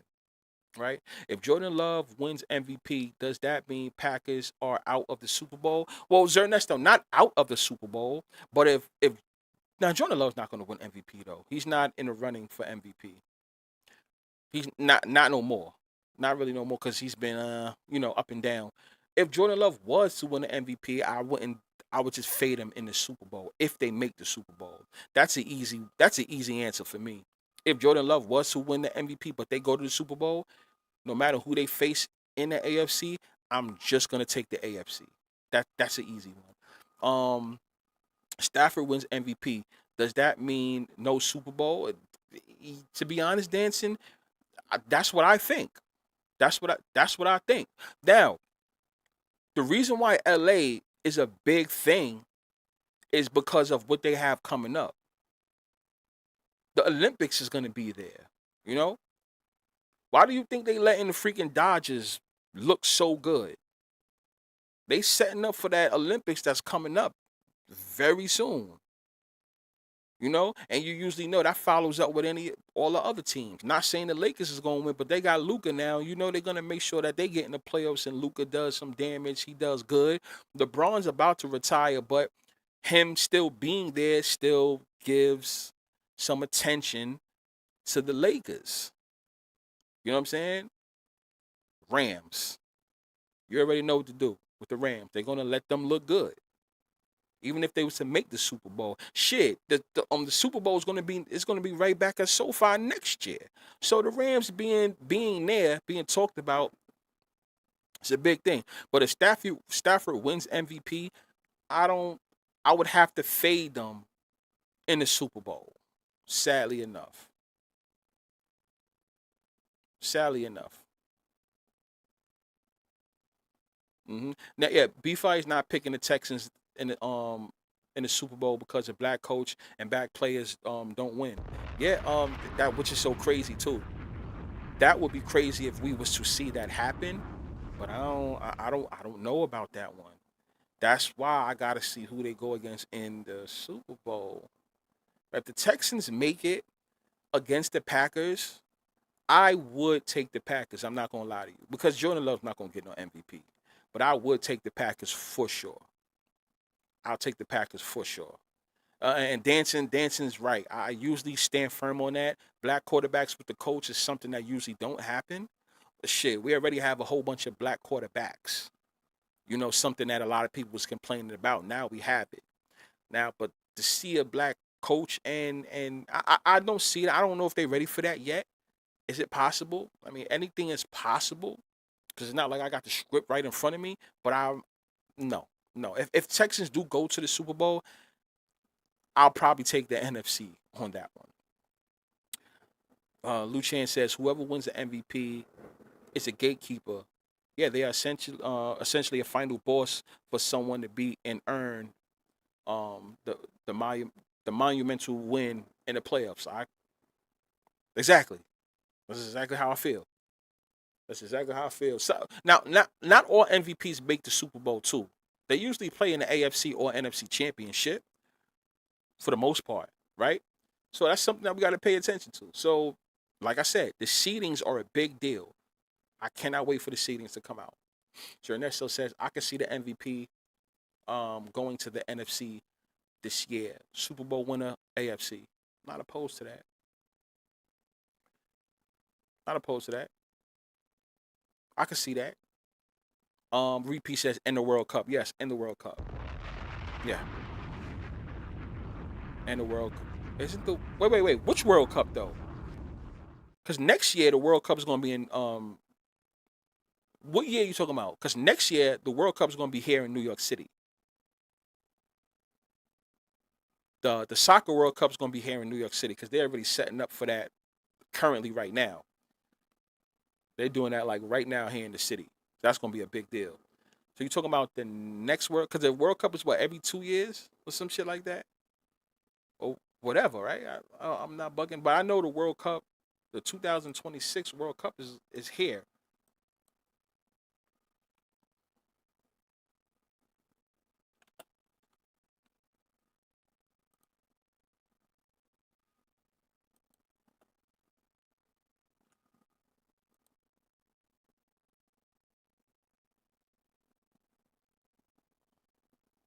Yeah, yeah, that's what I'm saying. Yeah, Toronto, Mexico City, and what, New York, New Jersey is going to be the main games at MetLife Stadium. Now, are you talking about 2020? You talking about 2028, right?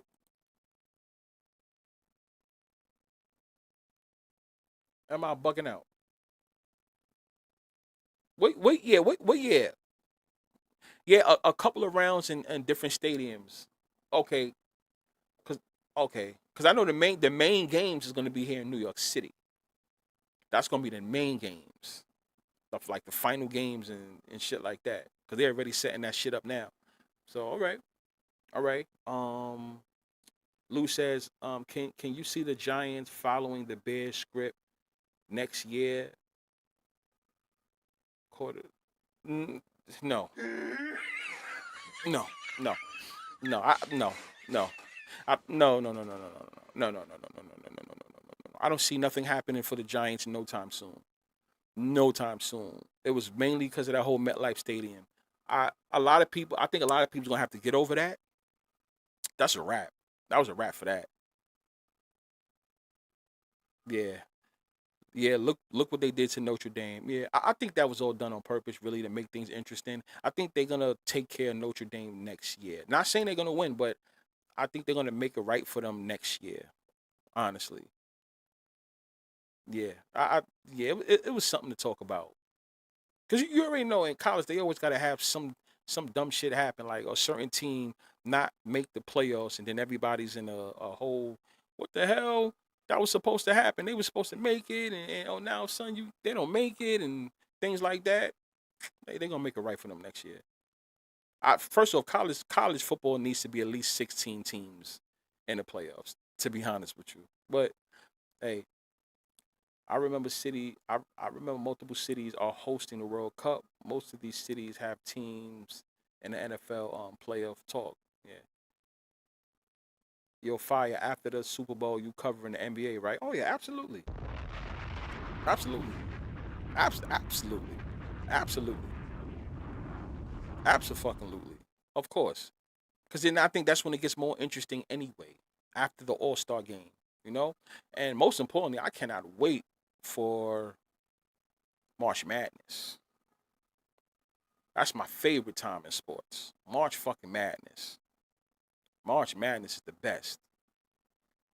So I think that's the most exciting rigging in sports ever. I love it. I can't wait for that. But the NBA, of course. Because you want to know why Dancing Poppy? I can't wait to shit on the New York Knicks. I actually have videos already in the chamber so you guys can see after the NFL's over for the NBA. especially about the New York Knicks, the most overrated team in history here in New York City. Number 14, number 14 in the belly. You remember, you already know about that video. You know how I feel about that video. Number 14 in the belly. I'm still not counting out Seattle in the NFC due to 14 kids with that Sean Alexander shit, right? Number 14 in the belly. And you know what's so crazy about that, Randy, too? Right? Besides that, you still got to look at, remember when he said number 14 in the belly, but his oldest son, I think his oldest son was his fourth oldest son, or is 4 years old, some shit like that, right? If you look at that video. So pay attention to number 4 as well. Besides 14, number 4 plays a big part. Very big part. And I remember mentioning number 4 to people that, listen, if we got 14, but don't count out number 4, because even Shorty Agile Wilson that played for the Vegas Aces, you know her number was 22. Didn't she get MVP and win the championship this year? She had like a damn near perfect year, and she's number 22. Go figure. Go figure. Nintendo freak, you had came through before you was done. Shout out to you. You got to make sure you watch that playback too. Bomb, please, for my man Nintendo. Nintendo says, the Chiefs are not done till I see them done. That's why I tell people, there's 4 games left, right? What's in the script for them for the next 4 games? Do they got something in the script for them for the next 4 games? Do they go 4-0 or do they go 3-1 because Vegas has something in the store and they're going to ruin it for them the last game of the season? We just got to see. I don't know. But I'm going to tell you guys this much. For all my the members who I give picks to, I'm going to be staying away from Chiefs games for the last 4 games, right? So I'm going to let you guys know that. So I'm not really going to rock with those games because I think it's fair enough that we fall back and see how it plays out for them in the playoffs. How about that? If they used to make the playoffs, right? So I'm going to fall back from them games. The last 2 times I gave you guys a Chiefs pick, they lost. The last 3 times I gave you guys a Chiefs pick, we went 1-2 because the Indianapolis Colts, we had won that one, but the last 2 we had lost. So we're gonna fall back because we want to see how the last 4 games go. Unless you guys do it in play. If you're gonna bet those games, do it in play. I'll tell you that much. Like me, for myself, if I do touch those games, it's gonna be an in play. I'm not gonna send it pre-game. Deal? Deal. Rams, Chiefs. Get it? Chiefs versus the Rams. Get it right. Hey, listen, if we get Chiefs versus Rams, then hopefully Matthew Stafford doesn't get MVP because I'm going to be all over the Rams. If the Chiefs and Rams was to still happen, Nintendo, right? The Chiefs make some type of run and make it, which is, far-fetched, right? But I'm on the Rams. Ernesto says, I can't see Darnold getting the ring. He seems destined to be a journeyman career with little to no playoff success. It's sad to say, but he does have that type of look. He does have that type of look. Hopefully he can win something, but he kind of does have that type of look. He's been in the league long enough for right now, he should be winning something.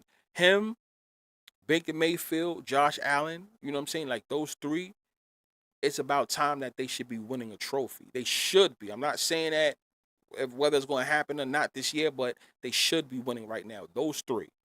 So I agree with you 1,000%.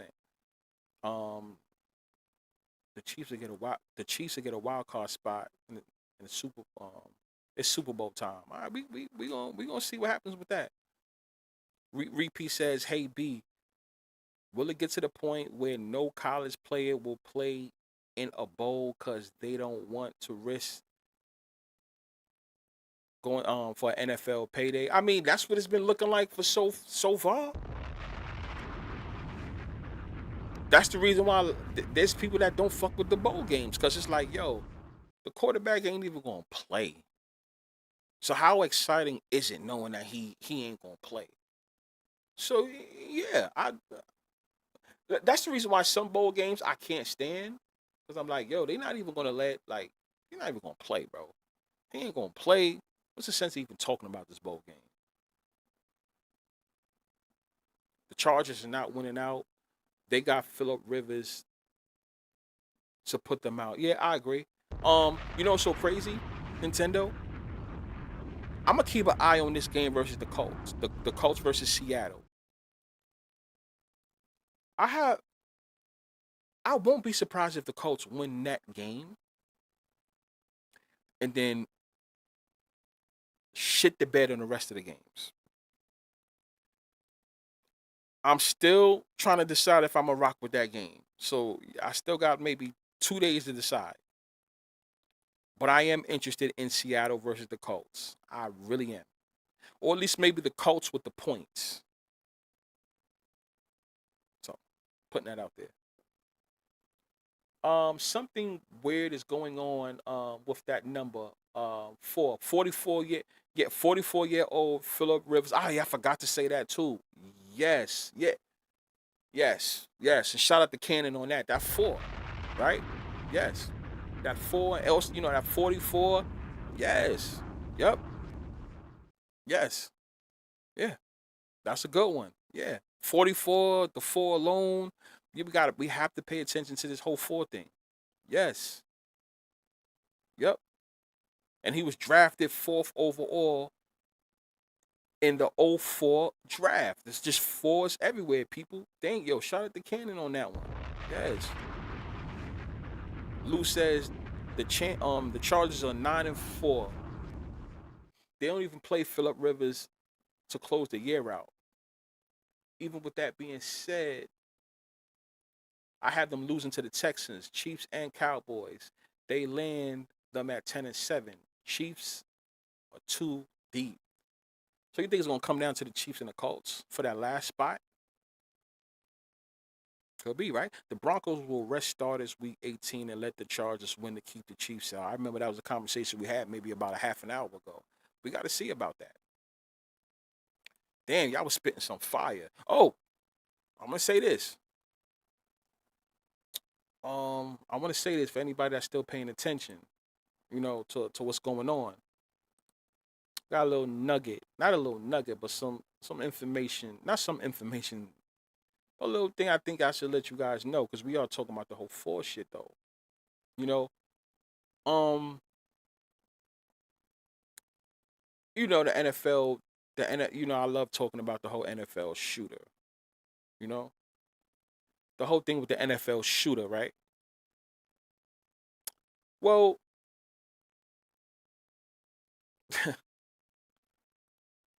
the day of the shooting, right? When that shooting had happened was on the 28th, right? 28th of August, right? So when the shooting happened on the 28th, pay attention to the 2-8. It happened on the 28th. This is how I know it was set up that whole day. So it happened on the 28th, right? The NFL shooter, Shane Tamaru, whatever. You guys, I broke it down for you guys months ago. You can go check that out. So on the 28th, it happened.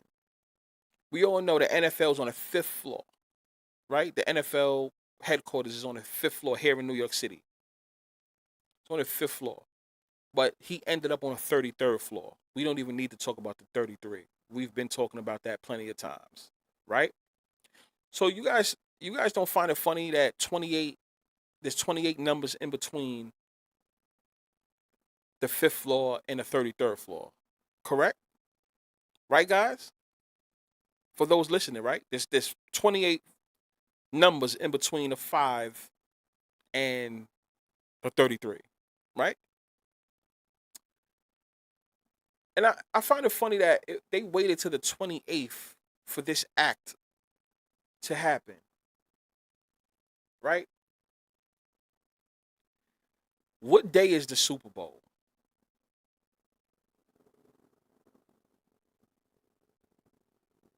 What day is the Super Bowl? Oh, I'm asking the chat. I'm asking you. What day is the Super Bowl?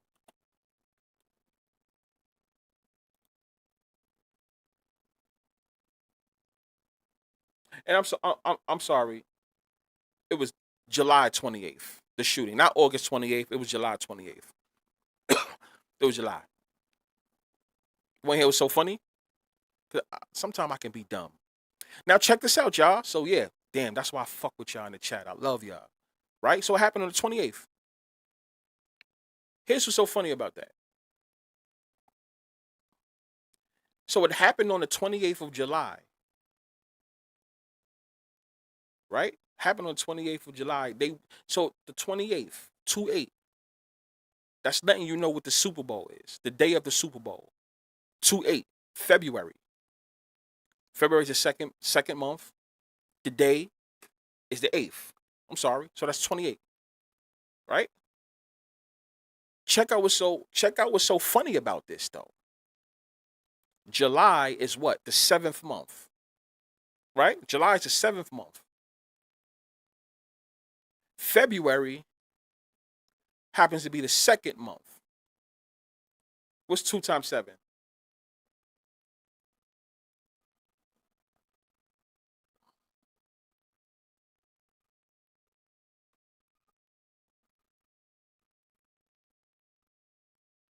What's 2 times 7?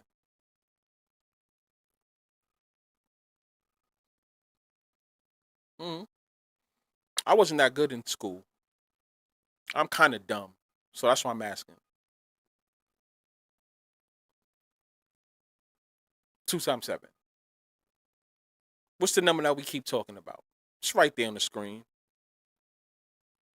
There's a certain number that we keep talking about.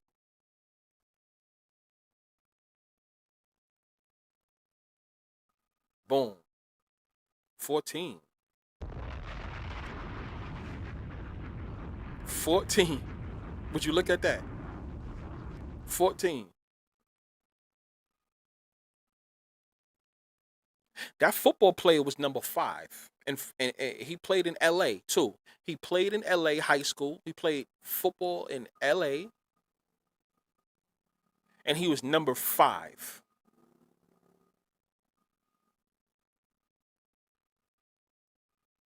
I don't know. Something fishy about that. It's the 1 and the 4. Right? You see how all this shit connects together? You see how all of this connects together? Yeah, 2, 8, 26, and 7 plus 26 equals 33. The 33. Now, we don't even got to go there with the 33, y'all. We don't even got to go there. We don't get us started with that whole 33 shit. You already know how I feel about that. You see how everything's aligning up? You see how, and this is the reason why I'm telling people 14 is very important this year. You got to pay attention. Even if we don't get a 1 versus 4 seed, people, it doesn't have to be a 1 versus 4 seed. It could be a 2 versus 7. It could be a 7 versus 7. You know, it could be a 2 versus 2, which would be the 4. It could be a 3 and 1 versus which is the 4.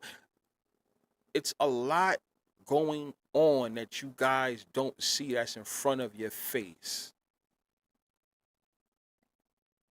They waited to the 28th. You know, it happened in July, but they waited to the 28th, which is the same day as the Super Bowl. If you think about it, 2-8. 2-8. Gotta think about that shit. That shit was right in front of your face the whole time. And then remember that 2/8 is a big deal, because what did I tell you guys about the officer that got shot? The officer who died.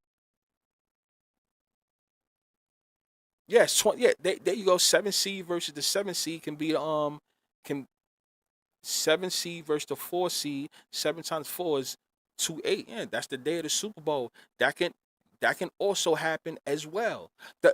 And it's funny that you say that, Ernesto, because the officer, Mr. Officer Islam, he was a 36-year-old New York police officer, right? Who was expecting his 3rd child. You know, they always have to put the 3 in there. He was from the 47th precinct, y'all. You know, here in New York City, we have precincts by numbers or whatever. He was from the 47th precinct. 7 times 4 is, 4 times 7, 28. I mean, come on now.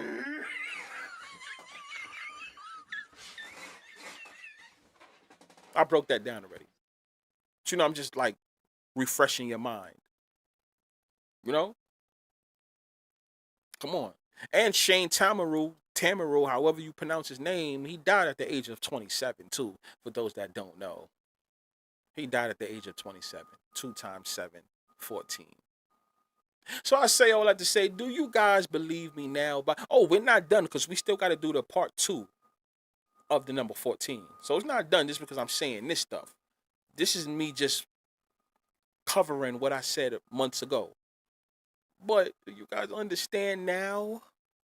You believe me now? Right? We're gonna see some type of seedings dealing with the whole 14 some way somehow, or somebody's gonna lose by 14 if we don't get that. If we don't get any seedings that equal up to 14 or relate to 14 or the 4 somehow, somebody's gonna lose by 14.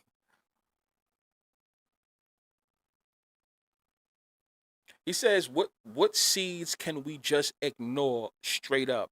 That's a good question. That's a good question. Now here, this is what I need a different question with that. Are you talking about winning the Super Bowl or are you talking about the Super Bowl matchup?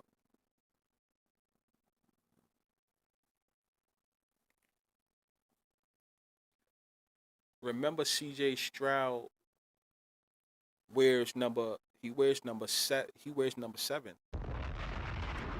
So what quarterback in the NFC has there's no quarterback that has number 2, but is there any that has number 4?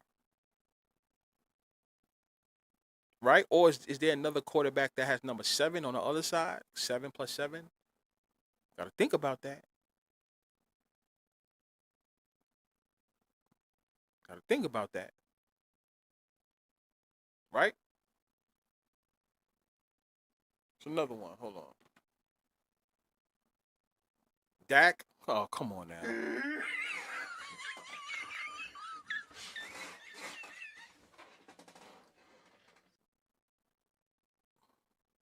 Imagine if that was to happen, that's a Texas Super Bowl. That's a Texas Super Bowl if y'all don't realize that. Right? That's a Texas Super Bowl. It said Dak. That one right there. That's crazy. Now it'll be funny. Fuck around, and He ends up going to the Super Bowl. Now I'm not saying it, but I'm just saying. Now let me let me. Y'all remember this? I love giving y'all gems. Y'all remember this one?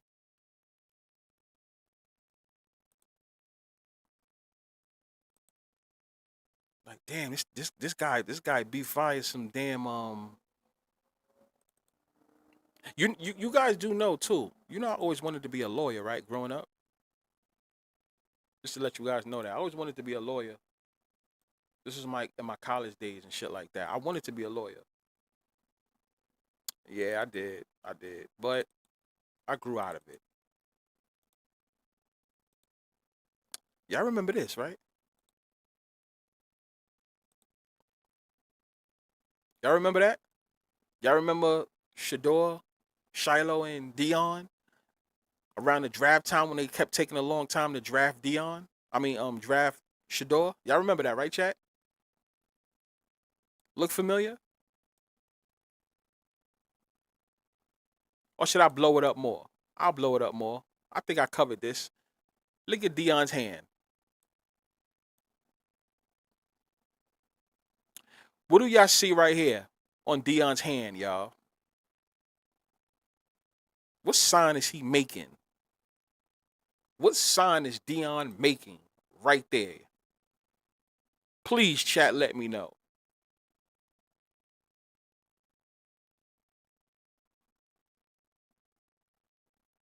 Hmm. What do y'all see?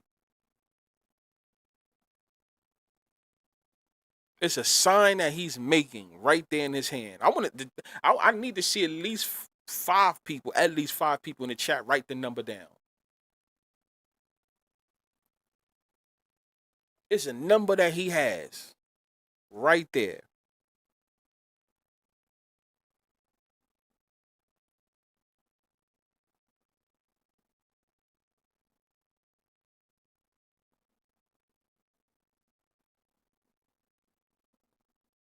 Yeah, yeah, yeah. Spiritually biased. Shout out to you. Shout out to you. Spiritually biased in the building. Yeah, similar to that. Yep, a Sonic M. See that, right? Mm-hmm. You can look at that two ways. Yep. That M and that number. That's right. Shout out to spiritually blessed. Bias, I'm sorry. Bomb. Y'all see that, right? Y'all probably like, God damn, this is crazy.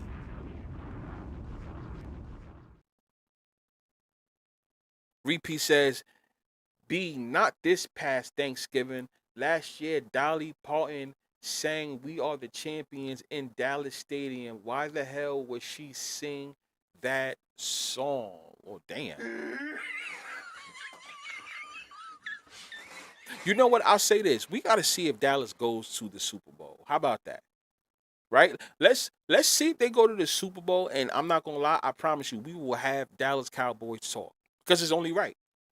It's only right. Because you know why? I still think that if Dallas does go to the playoffs, if they somehow get in and the Eagles struggle and Dallas does get in, we will see Dallas versus. I think Dallas and Green Bay should meet up somewhere in the playoffs if it does happen. It's only right if Dallas goes and we see that. And I said that before. I said it a couple of weeks too. It's only right if Dallas was to make it. You got to see Green Bay again. It don't even make sense. Mr. Barry Welch in the building. Shout out to you too. Blessing the chat. He says, is this 14 just for NFL or is it for all sports? I tell you what. It actually is for all sports. It is for all sports because there's been bets I've been winning off of the whole 14, 4-1 and 1-4 streaks, right? But I'll tell you this though.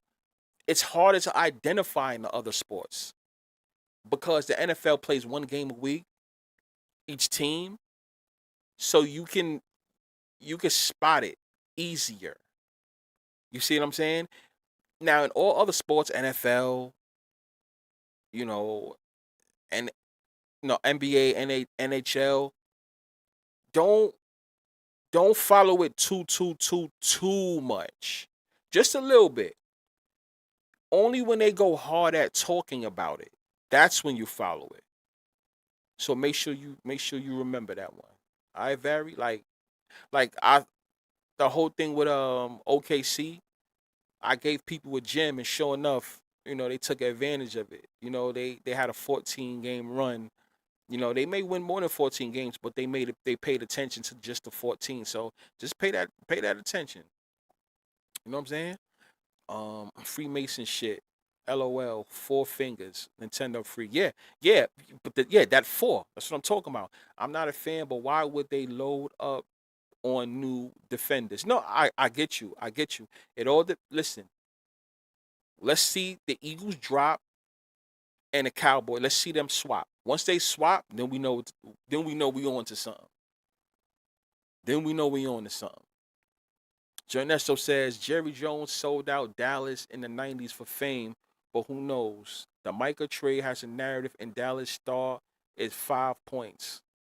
5, yeah, aka yeah. 1-1-4, right? No, 11-4, right? 1 + 4. I'm sorry, I'm bugging out. 1 + 4, 5. Yeah, damn, that is true. What do you think about Luka 77 equals 14 MVP? Oh no, they got something cooked. They got something cooked up for Luka. I said that last year.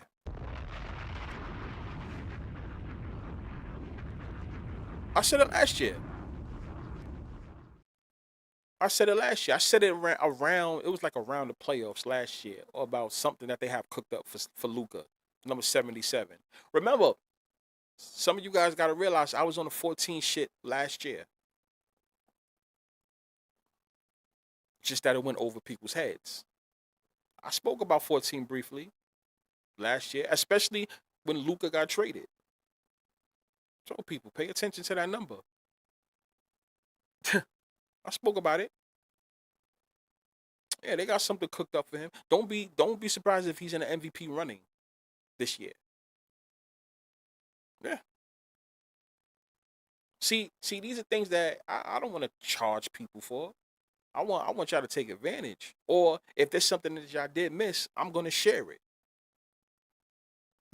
Don't get me wrong, there's a lot of 14 things that happen that I don't share. It's because once I spot it, it's like I don't think they're gonna be around. People's busy. You guys got lives. You know what I'm saying? It's not like you guys are sitting there in the computer waiting to see something pop up.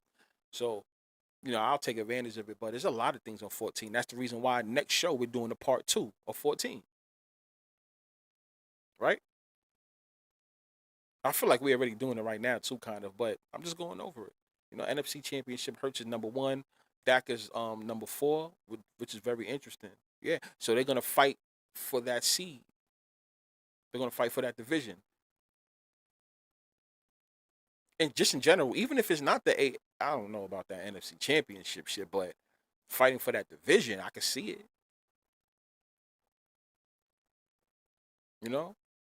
They have to break that tie somehow. I agree. That's what I'm saying. That tie was for a reason with Dallas and the Packers. It was there for a reason, you know. And Mark Cuban come back to Dallas. Low key shit going on there. They're pushing hard, trying to legally gamble. Also there's players that died already. Yeah, that whole Mark Cuban thing. I think that's the reason why he gave away the whole Dallas thing. It has a lot to do with gambling. You were absolutely right. Absolutely, positively right. Yep. You still owe us the breakdown on the 1 or the -1. No, wait. What you talking about? I did the -1. Wait. What you mean the breakdown? I owe you guys that. I thought I did that 2 years ago. I did and some of you guys should remember that. I did the breakdown. Did the breakdown. See, the show wasn't titled 1 or -1. That's probably what it was. It wasn't titled that, but I did a whole rant on the -1 +1 2 years ago. Yeah. Hell yeah. Yeah. Hell yeah. I've been did that one. Hell yeah. Now if anybody's asking what he's talking about, I gave people the gems on whenever you see a -1 or a +1 on the game, and this could be football or basketball. It doesn't matter if it's professional or college. Whenever it's on 1, if it opens on 1 and stays that way, that's the key. Stays that way. It may flip. There may be a couple of hours where it goes to +1.5 or 2. But if it starts on 1 and ends on 1, and most of the books have it, just take the dog with the +1.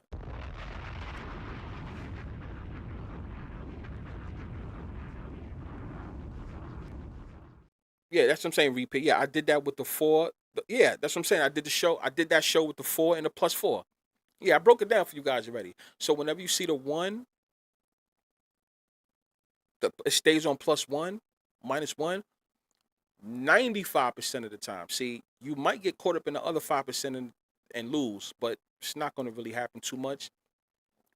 +1, -1, you take the dog. Just take the dog with the +1. If it opens up that way and finishes that way, just take the dog. Just take the dog. That's the book's way of telling you that team's favored by one point. You might as well just take the dog. They don't want to have it even. The line don't want to stay at even. The book's got to make their money somehow. Let's shave it off of a point. Same thing with a 4, right? Whenever you see it stay on a 4, for the most part, it's on a 4, and this goes for basketball, even women's basketball, NBA, collegiate, whatever. And same thing with football. Just take the favorite with the 4. If it starts on 4 and stays there for the most part, you may see it a couple of hours flick over to 4.5 or whatever. But then if it begins and ends on 4, just take the favorite. Same thing. Same thing with the 1 and the 4. One and the 4. I love those two numbers. Just take that. And it's funny because we're covering the number 14, ironically. Notice that, right? Now, these are the two lines that you 90% of the time will win. Now, do I take spreads? No, I just take the money line. But it's a sign of letting you know who's going to win. If you see a +1, -1, just take that dog with the money line. You could take the 1 to be safe. You know what I'm saying? Let me tell you something. If you're going to take any spread, just take the dogs with the +4 or the I'm sorry. Let me change that. If when it comes to 1, +1 and -1, you take the dog. You could take the dog with the +1 if you want, or you could just take the money line, right? But when it comes to the -4, +4, just take the favorite with the money line. I don't know if you guys are parlaying or whatever else you're doing. Just know, just take that 4. I'm talking about when it stays on 4, because I don't want you guys to take a 4 and then I find out, and then you lose, and then I find out that 4 kept changing. It didn't even start on 4, and it just kept changing throughout the weeks or the months or the day. No, I'm not saying that. It has to stay on 4 majority of the time. Handicappers are not going to tell you this. The books are not going to tell you this. But guess what? I'm going to tell you this. And this is the reason why I say the information I give out is more important than what a lot of people give out.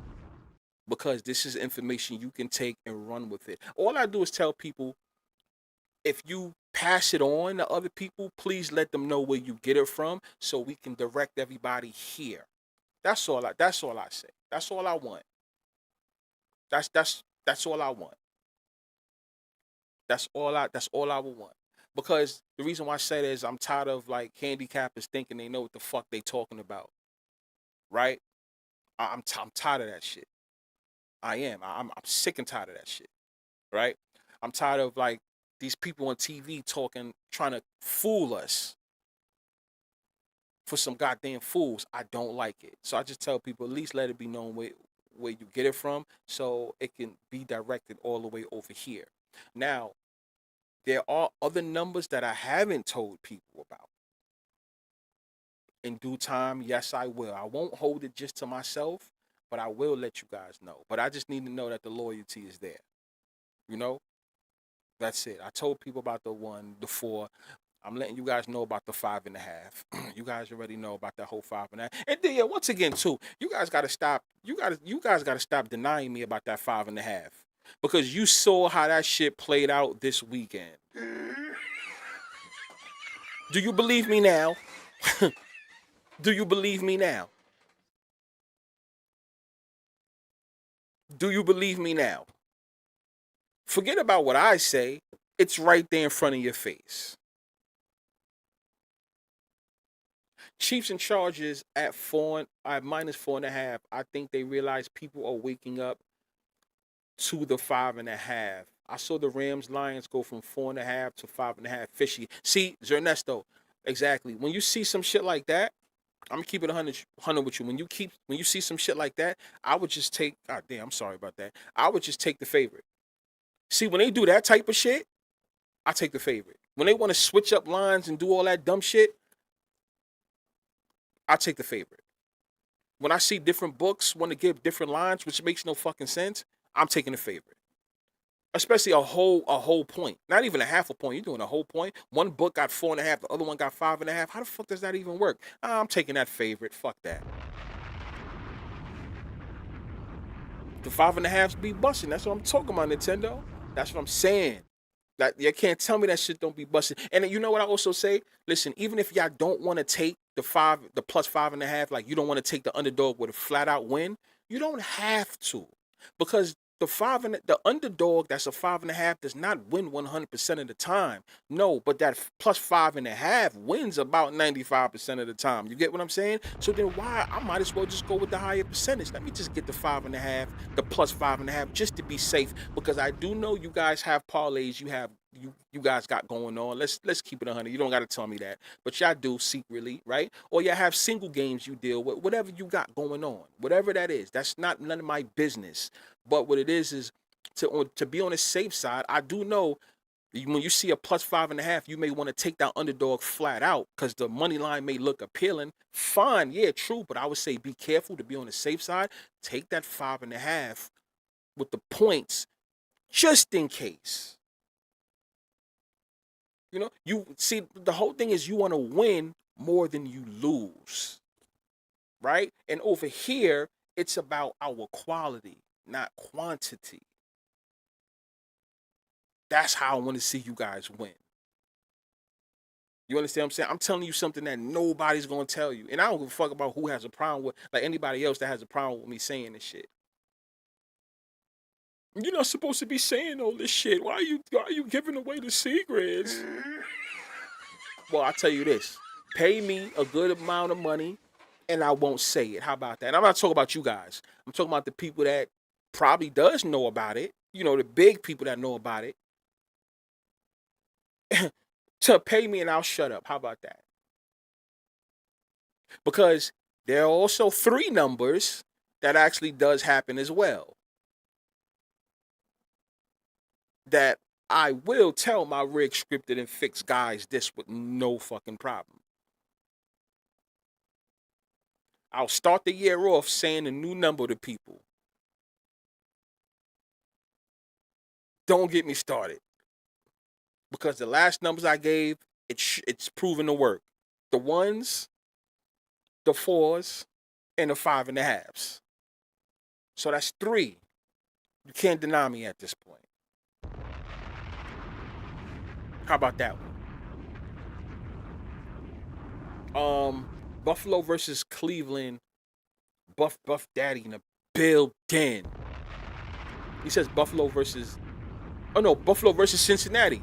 Yeah, that was 5.5. And yes, shout out to everybody that took that. Shout out to everybody that got on that. Cincinnati covered the game. 5.5. I know a couple of people hit me up like, damn, B, it did, it worked. There you go. Get your money. Get your money. That's what I'm talking about. Get your money. Nintendo says I hit him for 300 off $20, picking the Steelers money line and the 5.5 Bengals. Shout out to Nintendo.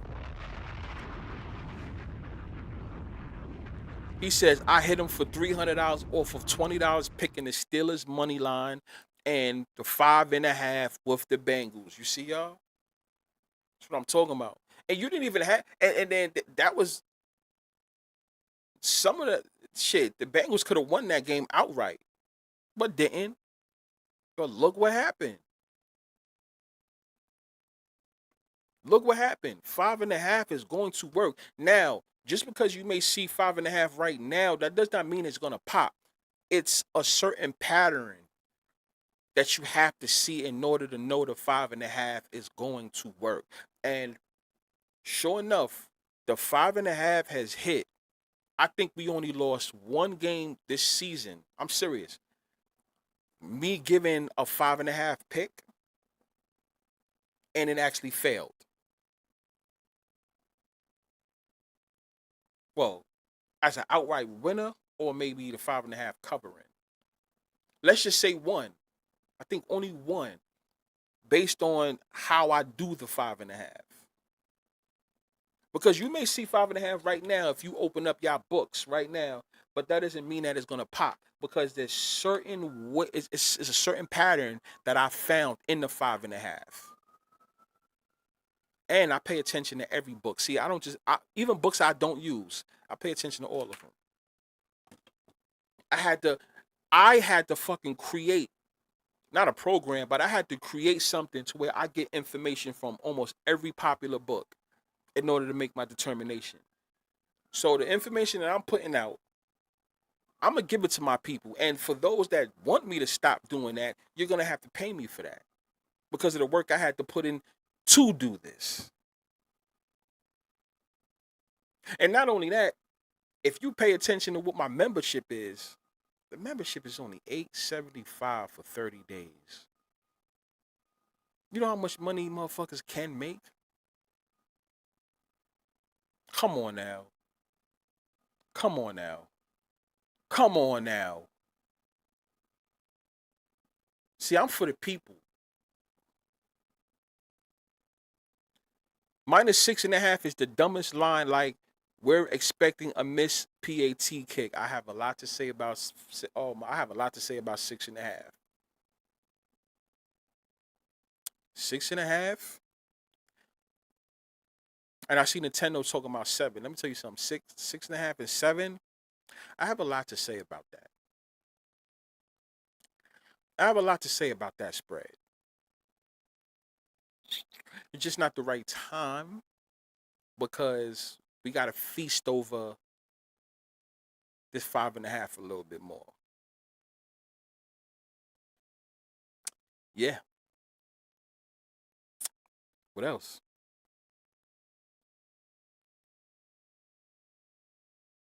Nintendo said the number patterns. That's how they be getting us on a lot of bets. Shit, I'm about to join that membership. I'm telling you, man. That listen, it's been working.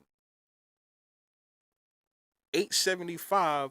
Now shout out shout out to the ones that when they do hit, they bless me with something real nice when they win. Shout out to y'all. Cause I'm not gonna say no one does it. Shout out to some people that take advantage and then when they hit, they bless me with something extra like, yo, this is for you, B. Because all you gotta do is take advantage of what I'm getting you, what I'm giving you. These handicappers are not doing that shit. And that's another reason why you ever notice when some of you guys hit me up and ask me personally about a certain game and I don't give you an opinion on it? Even, matter of fact, 3 of y'all hit me up and asked me about the whole Cincinnati Buffalo game and also the Steelers versus Ravens game. You notice I replied to y'all. What did I say? I have no opinion on that game. Remember that? I have no opinion on that game. That's what I said to y'all. I said I'm not worried about that game. You know why? Did I bet it? Of course I bet it. And I won both of them. There was nothing for me to say. It was right there in front of my face. I already knew what was going to go on. And in my mind, I was like, well, y'all really asked me about this game? What do you ask me about this game for?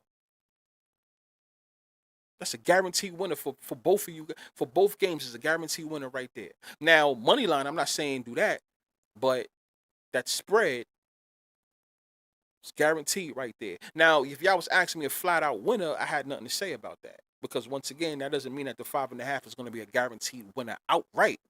But I tell you what's going to happen. I tell you, you know what's going to happen. Cover, whatever. Like I said, I think one time I lost with the 5.5. One time. Right? Now, you want to win more than you lose. So if there's going to be a couple of times a 5.5 don't hit, yeah. But if you win more than you lose, that's what matters, y'all. That's what matters. And y'all better take advantage of me. I tell you, y'all better take advantage of me now. Because when some other numbers come up and them other patterns come up, oh no, I might be a bit pricey. Now I'm fucking with y'all. But no, seriously though. Seriously, like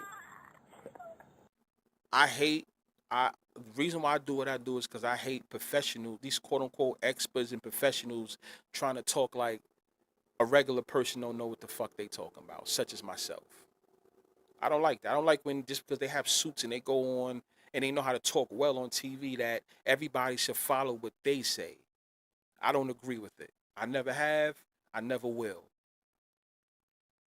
I never have and I never will. I don't agree with it, and that's the reason why I give out certain gems to people.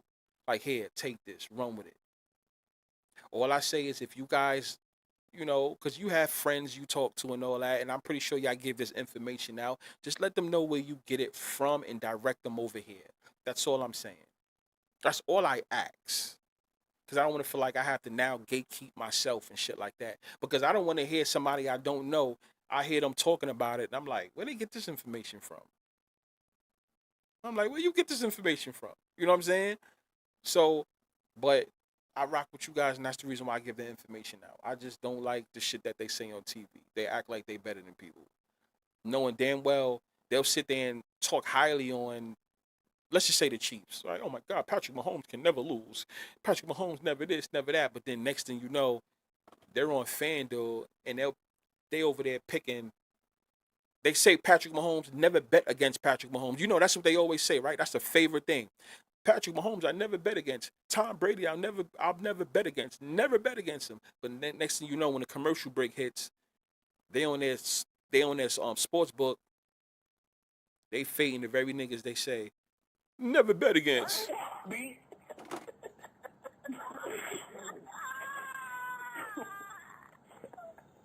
Man, they get paid to mislead people. I don't like it. No opinion, no cap style. That's right.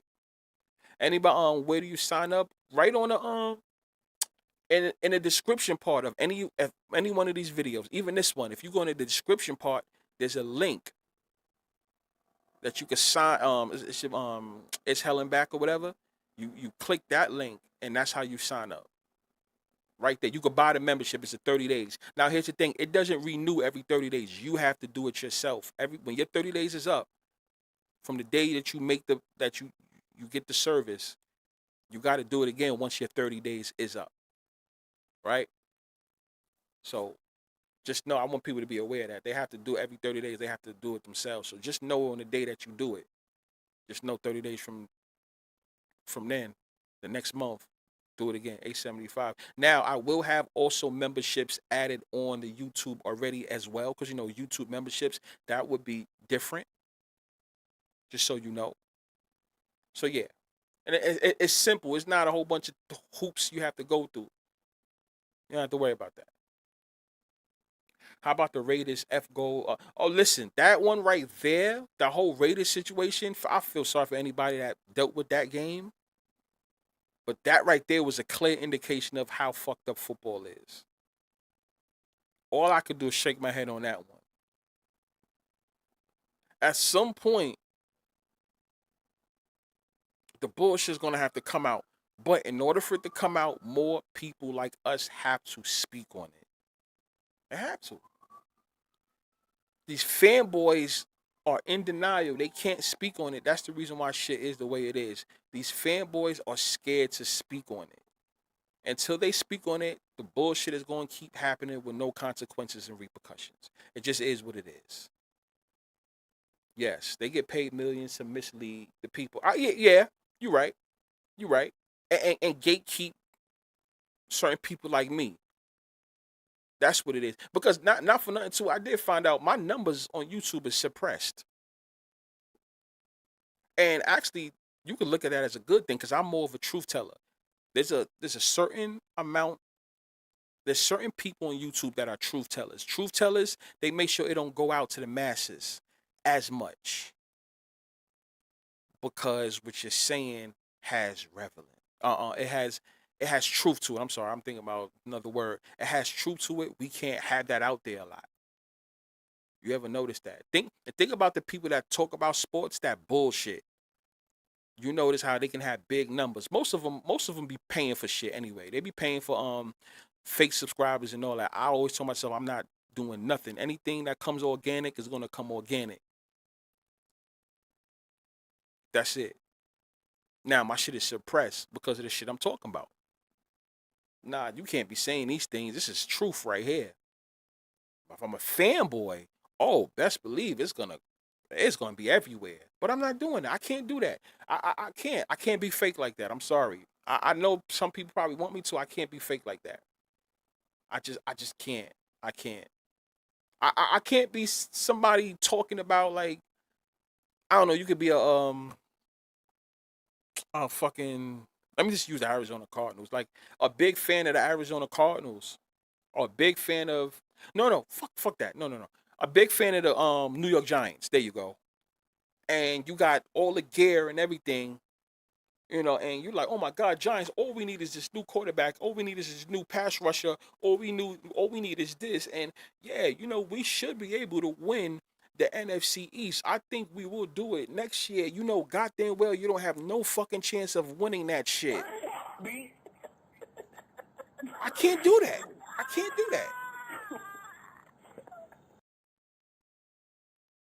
Reverse line movement is another topic. Yes, we spoke about that 2 years ago too. The whole reverse line movement. Reverse line movement is reverse line movement. I'm gonna just say this: when you first see it and then it flips, just take where you saw it originally. That's it. That's it. Now we can dive into that. I can do another video. I mean, or I can go live and we can talk about that. We can do that another time. But I spoke about that, yes, 2 years ago. Yes, whenever you see the line, the opening line with a reverse line movement, and then it has a reverse line movement, just take the beginning. Just take from what you saw from the beginning. That's it. Just take from what you saw in the beginning to make a long story short. That's it. Don't fall for that reverse line trap. Yeah, we could definitely talk about that one.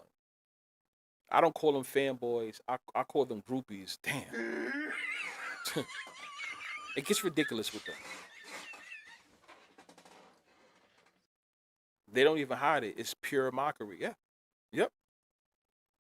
Lions versus the Lions versus the Rams. The Lions is at 5.5. Are you talking about right now? And Welch, what book is that? Let me know what book is that. Somebody let me know in the chat. Do you guys also see 5.5 with the Lions versus the Rams? So I can give you my honest opinion on that one. I actually see something different, but um, I'm gonna be honest with you. I'm gonna be honest with you. You want to know the truth? Very. Don't don't trust that. I'll tell you that straight up. Don't trust that.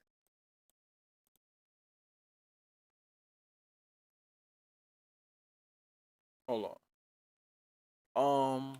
I get what you're saying. I get it. Before you make that bet, if you plan on doing it, because today's Wednesday, keep an eye out. Give yourself maybe 2 days before you think about making that bet. I'm not sure if you're trying to cook up a parlay right now, right? But if you can hold out, or maybe you're looking to do it in a week, this weekend. But it is currently 5.5 right now. And I try to tell people that's where people get messed up with the 5.5. I want to do a class. I want to do a class of this shit, actually. I actually want to do a class. Be careful with that. Now, am I saying that is a no chance or whatever? Let me tell you this. Matthew Stafford, since going to the Rams, he's been struggling against the Lions for the most part, right? For the most part. A lot of people expect him to keep struggling against the Lions. Oh, he doesn't play that good against the Lions all the time, right? But I tell you this much. The way this game looks, if you want to ask my honest opinion, fuck all the bullshit. If you want to ask my opinion, I would fuck with the Rams. I like the Rams. For one reason. I can't say, but for one reason. Why? But I'll tell you this part on the flip side. I don't blame any one of you guys right now for taking the Lions with the 5.5. I wouldn't blame you at all. Because this game can end up being one of those Rams win, but the Lions can cover, sort of like the Buffalo versus Cincinnati game. Once again, when we think about 5.5, y'all, don't just think that the 5.5 is going to win outright 100%. That's why I say this is gonna be a tricky ass game. Now, we might have to go live before Sunday. Something like probably like Saturday or some shit like that, right? And see if the line does move again, right? But I understand why you guys is looking at the Lions versus Rams game. You know, all the all the books do have 5.5. So I don't know. I know I told you guys if you see every book with that, take it. But there's one key thing you're missing out. I said it. You're gonna have to figure that one out again. I just feel like week 15 did not start yet. It starts tomorrow officially. See how it goes tomorrow during Thursday night football, because there's gonna be a Thursday night football game. Let's see if the line moves during tomorrow's tomorrow's game. Even though we got the Falcons in Tampa Bay. Let's see what it does. How about that, y'all? If you feel like it stays there across the board, maybe you take the Lions 5.5. How about that? Money line, you on your own with that one. I'm not saying do that. If it happens, it happens. So you guys see where I'm coming from, right? So I tell you what, I think it's going to be it can be a close game. The Lions can make this a close game. Is it set for the Lions to make the playoffs though? I mean, because the Bears is so far in it. The Packers is in it. Vikings, no. So are we going to get 3 teams from the NFC North? We're going to put the Lions back in there? Right? What are the standings? Right, I'll check the standings right now as we're talking about it. Yeah. I mean, remember, Seahawks 5, 49ers 6, the Bears 7. Right? The Bears and the Lions is damn near right there. So I mean, what's going to happen? I could see the Bears not making it to the playoffs, but making it close. Is it set for the Lions? We have to see, y'all. This is where it gets exciting, and I like when this happens. He said, "Hey, B, Sunday date is the 14th. Does that play into something? Obviously, it does. We just got to check into the whole schedule, but 14 will be involved some way, somehow. Hell yeah, repeat. Of course. Of course. Don't even count that out. Randy says Tampa Bay will eventually win that division. We got to see. We got to see. We got to see what the damn Carolina does. But yeah, now the Vikings is plus 5.5 is a good one. Jacksonville, Florida, winning that division. That's what Nintendo says. They've been overselling the Bears, Packers lately. Lions are a dark horse possibility. I agree with that. As much as I don't like them, I see them. I don't see them going too far, but I see them fighting for that last spot. For giving away Ben Johnson or some shit like that. They have to have some type of punishment for that. So I see them fighting for that last spot. Cowboys went from 6 to 5.5, so take the Cowboys with the spread. It depends where that line opens up with. Yeah, we got to see where that line opens up with. It depends what line. Oh no, I just said that. The Panthers winning the NFC South over there. That's what I'm saying. I think that's 50-50 over there. And I tell you this much. I was wrong about the Chiefs. They're now minus 900 to not make the playoffs. Shout out to Noah. Yeah, I think we could pretty much pack it up maybe with the Chiefs, because in order for them to make the playoffs, you're getting plus money now.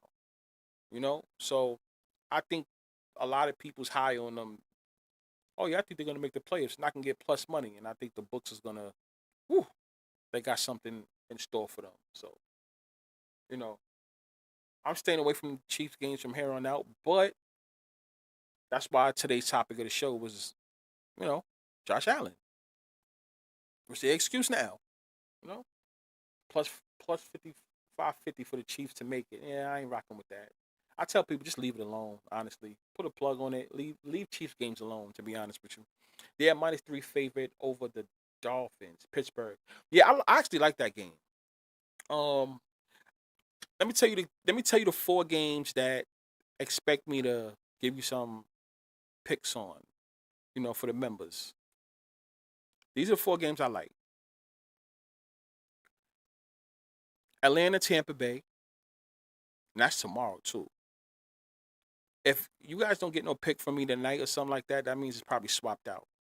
Or at least tomorrow morning or some shit like that. But Atlanta, Tampa Bay, I like that game. Buffalo, New England, I like that game. Green Bay versus Denver, I like that game. And Carolina versus New Orleans, I like that game. There's a reason why. There's a reason why I like all four of those games.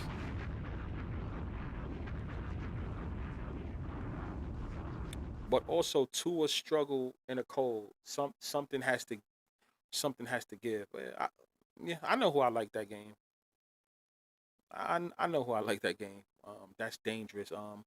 If the Chiefs out, does that mean the Rams have a good run in the playoffs? The Missouri connection? Yes, I'm gonna tell you why. Barry, when Barry, let me ask you a question. When did you start rocking with me? I know, like, let me know the date. Like last week, 2 weeks ago. Like, let me know because I'm about to put you on to something real quick. Because I know you know about the whole Missouri connection that I put out, right? But just let me know because I'm about to put you on to something real quick. And all the other guys, I know you guys heard me say this 1,000 times, but I'm gonna make it nice and short and simple for Vary real quick. I think he's gonna want to know about this. Not saying that this is a 1,000% thing, right? But I'm gonna tell you based on your question. I'm gonna tell you why it can make sense. Oh, you say years ago when I dropped the Christmas video. Oh shit, yeah. Then forget. Then you probably already know what I'm gonna say. The San Antonio Alamodome situation. You talking about with football or with the Chiefs going to Texas? That's what you talking about. Repeat. Let me know. Um. So yeah, Vary. You said if the Chiefs are out, does that mean the Rams have a good run in the playoffs? The Missouri connection. I mean, there's a high chance it can happen unless they are off of that whole Missouri situation for this year, right? Or the whole LA thing if they're off of it for this year, because what I keep trying to tell you guys is if the Chiefs don't go to the playoffs, I mean if the Chiefs don't go to the Super Bowl, there's another team that goes to the Super Bowl if the Chiefs don't go to the Super Bowl. And I'm not talking about the 49ers or the Eagles, not those, because I know people say that. But if you think about the question or what I'm saying real carefully, if the Chiefs don't make the Super Bowl, there will be another team that makes the Super Bowl, and I know they're in the NFC, but it's usually the Rams. The Chiefs or the Rams have been the only two teams like will be in the Super Bowl, if not at the same time, right? 2018-19 season, the Rams was in the Super Bowl, right? The 2019-20 and the Chiefs wasn't. The 2019-20 season, the Chiefs was in the Super Bowl. Rams wasn't. 2020-21 season, Chiefs was in the Super Bowl. Rams wasn't. 2021 to 2022 season, Rams was in the Super Bowl. Chiefs wasn't. In the last three Super Bowls, the 22, the 23, 24 seasons, right? Chiefs was in the Super Bowl. Rams wasn't. So, Chiefs don't make it to the Super Bowl this season. There's a chance that the Rams are. Only thing about that though, the only thing that we have to look at about that is the fact that the Chiefs did play in the AFC championships those seasons though. The two seasons the Rams did go to the Super Bowl, the 18-19, Chiefs played in the AFC championship. Lost to the Patriots, right? The 2021-22 season that the Rams played in the Super Bowl, the Chiefs did go to the AFC Championship, but lost to the Cincinnati Bengals. This one, we don't even look like they going to the playoffs at all. See what I'm saying? So the whole Rams shit, it probably can catch up to them too. So I would say it's all about the seedings this year. Man, I found the channel in 2024, the year of Cat Williams exposing it all, along with B in the sports. Yeah, yeah, 2024 too. I did a lot of exposing on some Cat Williams shit too. Yeah, I feel like I did too. A lot, just with sports. I'm surprised you don't have the Ravens Bengals game of interest. Oh no, I don't. I don't. I don't. I don't. I don't. I don't. I don't. I just uh, I don't. Yo, Dancing Poppy. I don't. Ravens games. You have to in play those games. Let me just say that you gotta in play those games. I usually do well in Ravens games when I in play them. That's the best way to come up with it. But I tell you this one. I won't be surprised if the Steelers win and also the Ravens both win as well next week or this week coming up. If both of those teams do win, I'll tell you that much. So remember where you heard that first. If that does happen, I won't be surprised if the Steelers and the Ravens both win this weekend. Do a video on Project Marvel. I can easily do that one. I don't even need no notes for that, actually. Repeat. I don't need no notes on that one. That game Nintendo says that game will kill your parlay. That's what I'm saying. Like, that's a game that's like, you gotta separate that shit. Like, do that shit separate. It's not fun. It's not fun. Yo, beef with Rivers. Your beef. Yo, B. Rivers with 10 children and that Seahawk with 14. Any connection? Well, only thing with Rivers is he was a fourth pick in 2004. That's the fourth thing with Rivers. You know, that's how he's connected with four. Seahawks and I don't. I tell you what, I don't know about any type of connection. And by the way, what is his number gonna be?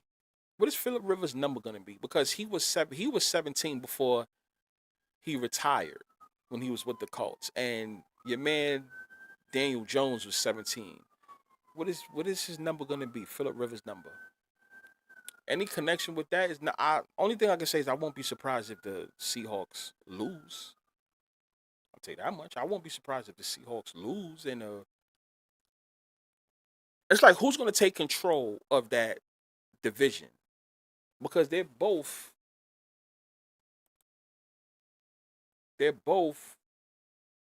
10-3.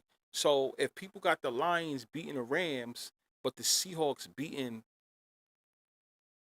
the Colts, they flop, and Seahawks take over the division.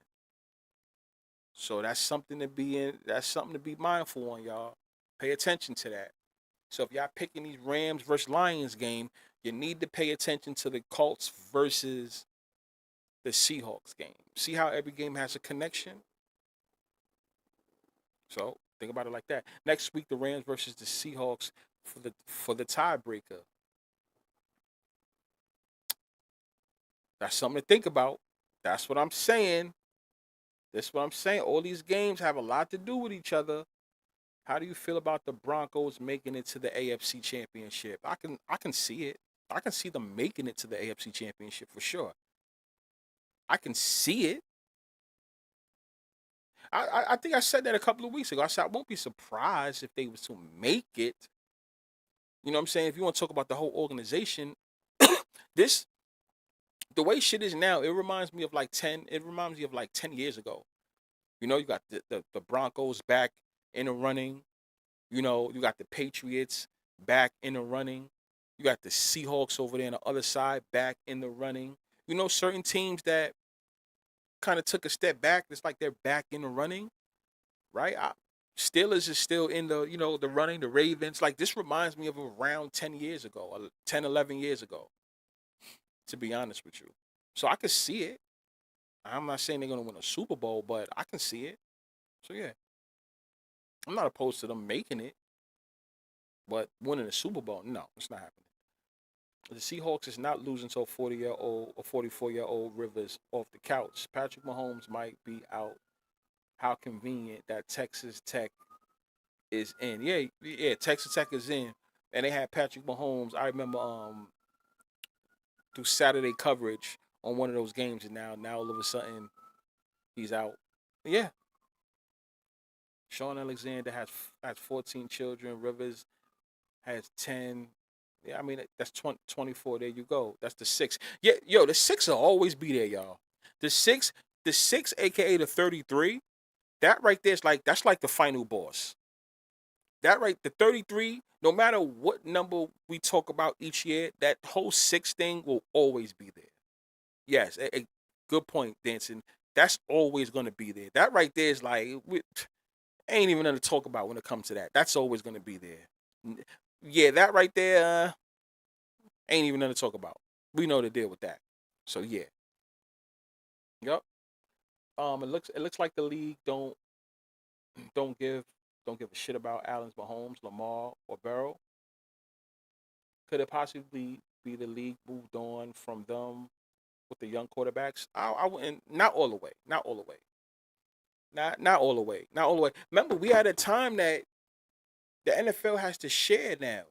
All these quarterbacks have, with this whole NIL money shit. A lot of quarterbacks can technically say, "Yo, I don't even want to go to the NFL. I can get some money here for 4 years or maybe 3 years, and I don't have to go to the NFL." The NFL needs quarterbacks too, though, right? So what happens is the NFL is letting these quarterbacks come in. They have to share. Those days of people playing backup quarterback or third string and not getting any burn, those days is kind of over now. You notice this year and last year, we get a whole bunch of this quarterback is injured. So now the backup is coming in. The backup get injured. The third string is coming in. You know what I'm saying? So they're sharing. They got to share a lot. That's why I keep trying to tell people. You're going to see a lot of more fake injuries. They have to share the wealth. They have to share the wealth. Those days of, I think it's these guys saying, what's the sense of me going to the NFL knowing I'm going to be a third string just to sit and do nothing? Them days ain't going to be like that. No, at least not right now. Nah, that's the reason why the top quarterbacks are getting paid. And when they get paid, they get injured. You ever notice that? So now the backup or the third string has a chance to what? Play a couple of weeks. It's all a game.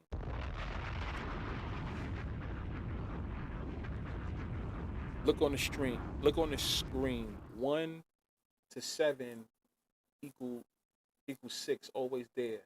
Look, where at? What are you talking about? Look on the screen. Where at? On the football screen? Talk about Josh Allen, number 17, right? That's what you're saying, right? Hmm. That's what it looked like. Bo Nix 10 last Broncos chip was 2016, and the Super Bowl is in the same place, if I'm not mistaken. I can't stand Bo Nix, bro. He's a fraud to me. You're a fraud, yo. You're a fraud. You're a fraud. I don't see him coming in and just winning the Super Bowl like this. Me personally, I think Bo Nix should have been in the NFL maybe 2 years ago, and I think that they worked out some deal for him to kind of fall back. Keep playing in college, and we're gonna take care of you in the NFL. Was supposed to be in the NFL. Yeah, Josh Allen. I know I wasn't bugging. Be fired. Can you do a stream on the college playoffs sometime next week? Yeah, hell yeah. Of course. I Bro, I've been eating so good off of college football, yo. I love college football. Y'all know the teams I'll be rocking with in college football, right? Oklahoma has done me well. Oklahoma has done me fucking well. Oklahoma has done me well. Now they go against Alabama this week for the college football. It's funny to see how that ends up. I would like to see how that one goes. But Oklahoma, Alabama, that's a game of interest that I might be giving you guys. But it ain't no game this week, so we still got another week to see how things shift and how things move. But yeah, that's a game of interest. I'm a rock with you guys. I don't like Bo either. I think he hype, but whatever. The talent don't matter. That's what I'm saying. Like him, uh, they should have had a script for him. A better script for him. To be honest, I think he's gonna be a gatekeeper. They gave Joe Flacco a title. Yes, they did. Yes, they did. So anybody else can get a title. It's a lot of money on Ohio State currently. Yeah, Ohio State to go back to back. They shit the bed. They fucked my win up. I gave you guys Ohio State too, and I ain't gonna lie, I regretted that. Even though the game before, it was made up with the Georgia shit, but the Ohio State game, I'm like, shit, why did I even do it? I should have stood away from that game. Who do I? So who do I like in the Bills versus Pats matchup? That's for the members. I can't get that one out. That's the thing. No, I can't get that one out. I would have said it. I would have said it, but that's a member pick. That's one of the games that I like. That's a member pick. Yeah, that's a member pick. I do like somebody that game, but that's a member pick. Ohio State sold that game on purpose to get Alabama and Miami and shit. I would say BYU shit the game in to get Alabama in. I would say that one, to be honest, because the whole Ohio State versus Indiana game really didn't matter to nobody because all they was going to do was flip flop. They was fighting for who was going to get number one. I think BYU shit the bed on purpose to get Alabama in. I think that's what happened. Watch out for Oregon or either Georgia. Oh, I'm not opposed to that. Oh, no. Pay attention to the number 4 seed though. Pay attention to the number 4 seed in the playoffs. Bills -1 Buffalo trying to get the any money. I agree with that. Yeah, you're gonna see a bunch of flip flopping. You want to see a pick 'em. You want to see -1 Buffalo, or you want to see -1 Patriots. That game's gonna be all over the place. That game gonna be all over the place. Yep, that game gonna be all over the place. But Texas Tech is the number 4 seed. Yeah, yeah, and that's the only Texas. No, no, no, no, no. Wait, time out. Texas Texas A&M is Texas A&M. What seed are they? Not saying they're gonna do anything, but mm,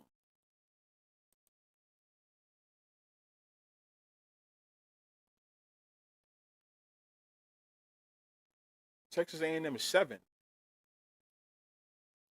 Yeah, Texas A&M is 7, and they go against Miami. That's an interesting fucking game right there. That game I'm very interested in. Miami versus Texas Tech. And I'm gonna tell you, okay, you know what? Let's just say this, y'all. Are you guys paying attention to what I'm saying? Let me get a one in the chat if y'all here, if y'all ready for what I'm about to say.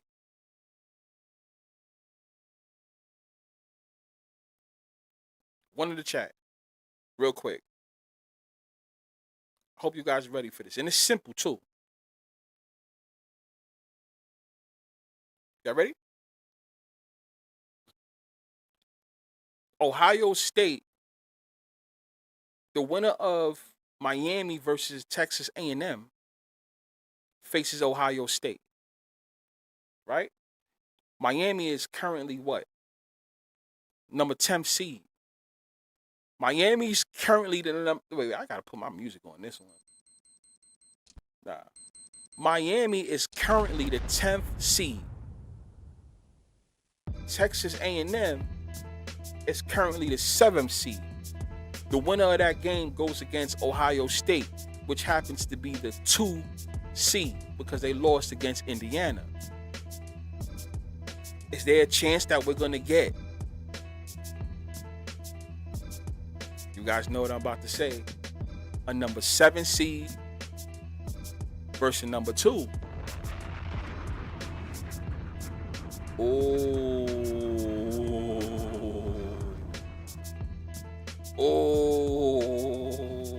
A number 7 seed, Texas A&M versus Ohio State at number 2. The number 14.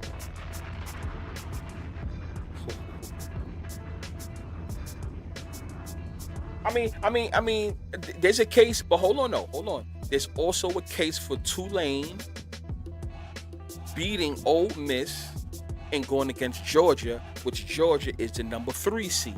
11 plus 3 is also 14.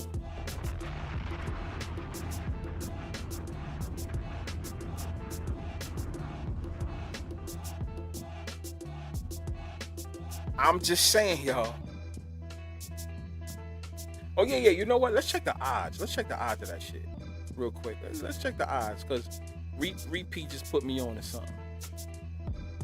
Repeat just put me on to something. It might be something that we don't like. Because I know where he's getting at with that one. Okay, so Texas A&M is minus 178 on the money line. Miami's a plus 146, right? So listen, y'all. If y'all take Texas A&M, they can win and then end up going against Ohio State, which Ohio State is what? Ohio State is number 2 seed. So that is 1-14 game we can have. But, okay, you got the Ole Miss versus the Tulane. But the money line shit is heavy on that one. I think that's what my boy Repeat talking about. Now, I don't know about Ole Miss shit in the bed like that. I think it'll be more exciting if Ole Miss ends up against Georgia. That would be more exciting. They will want that rematch because they lost against Georgia already. Not saying that they're going to beat Georgia next round. I ain't saying all that. But what I'm saying is that would make more sense. Tulane got in the playoffs. All right, fine, blah, blah, blah. But a 17-point spread, I mean, shit, we've seen crazy shit happen. We've seen it. But I don't know if we see Ole Miss shit the bed like that. I don't know if we see Ole Miss shit the bed like that, to be honest with you. So my bang for the buck is Texas A&M beating Miami next week. And I would just go straight up with the minus 178 on the money line. Forget the spread of minus 3.5 because it might be a field goal game. It might not, whatever. But see, now that's a pick, y'all. I'm letting you guys know that now. I'm going to send that out, but shit, I'm telling everybody that one. If you want to know what I am on Texas A&M next week. And we get Ohio State versus Texas A&M, 7 seed versus the 2 seed, aka the 14. Are you fucking serious?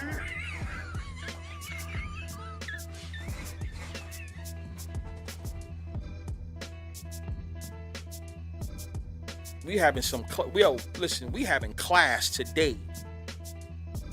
We having class today. So that's how we gonna end that shit. Listen, write that down. That's what we rocking with. Make sure y'all write that one down. I'm on it. So I'm gonna let you guys know. Is it rigged? Is it scripted? Is it fixed? I don't know, but you tell me. See, our Saturday we live, but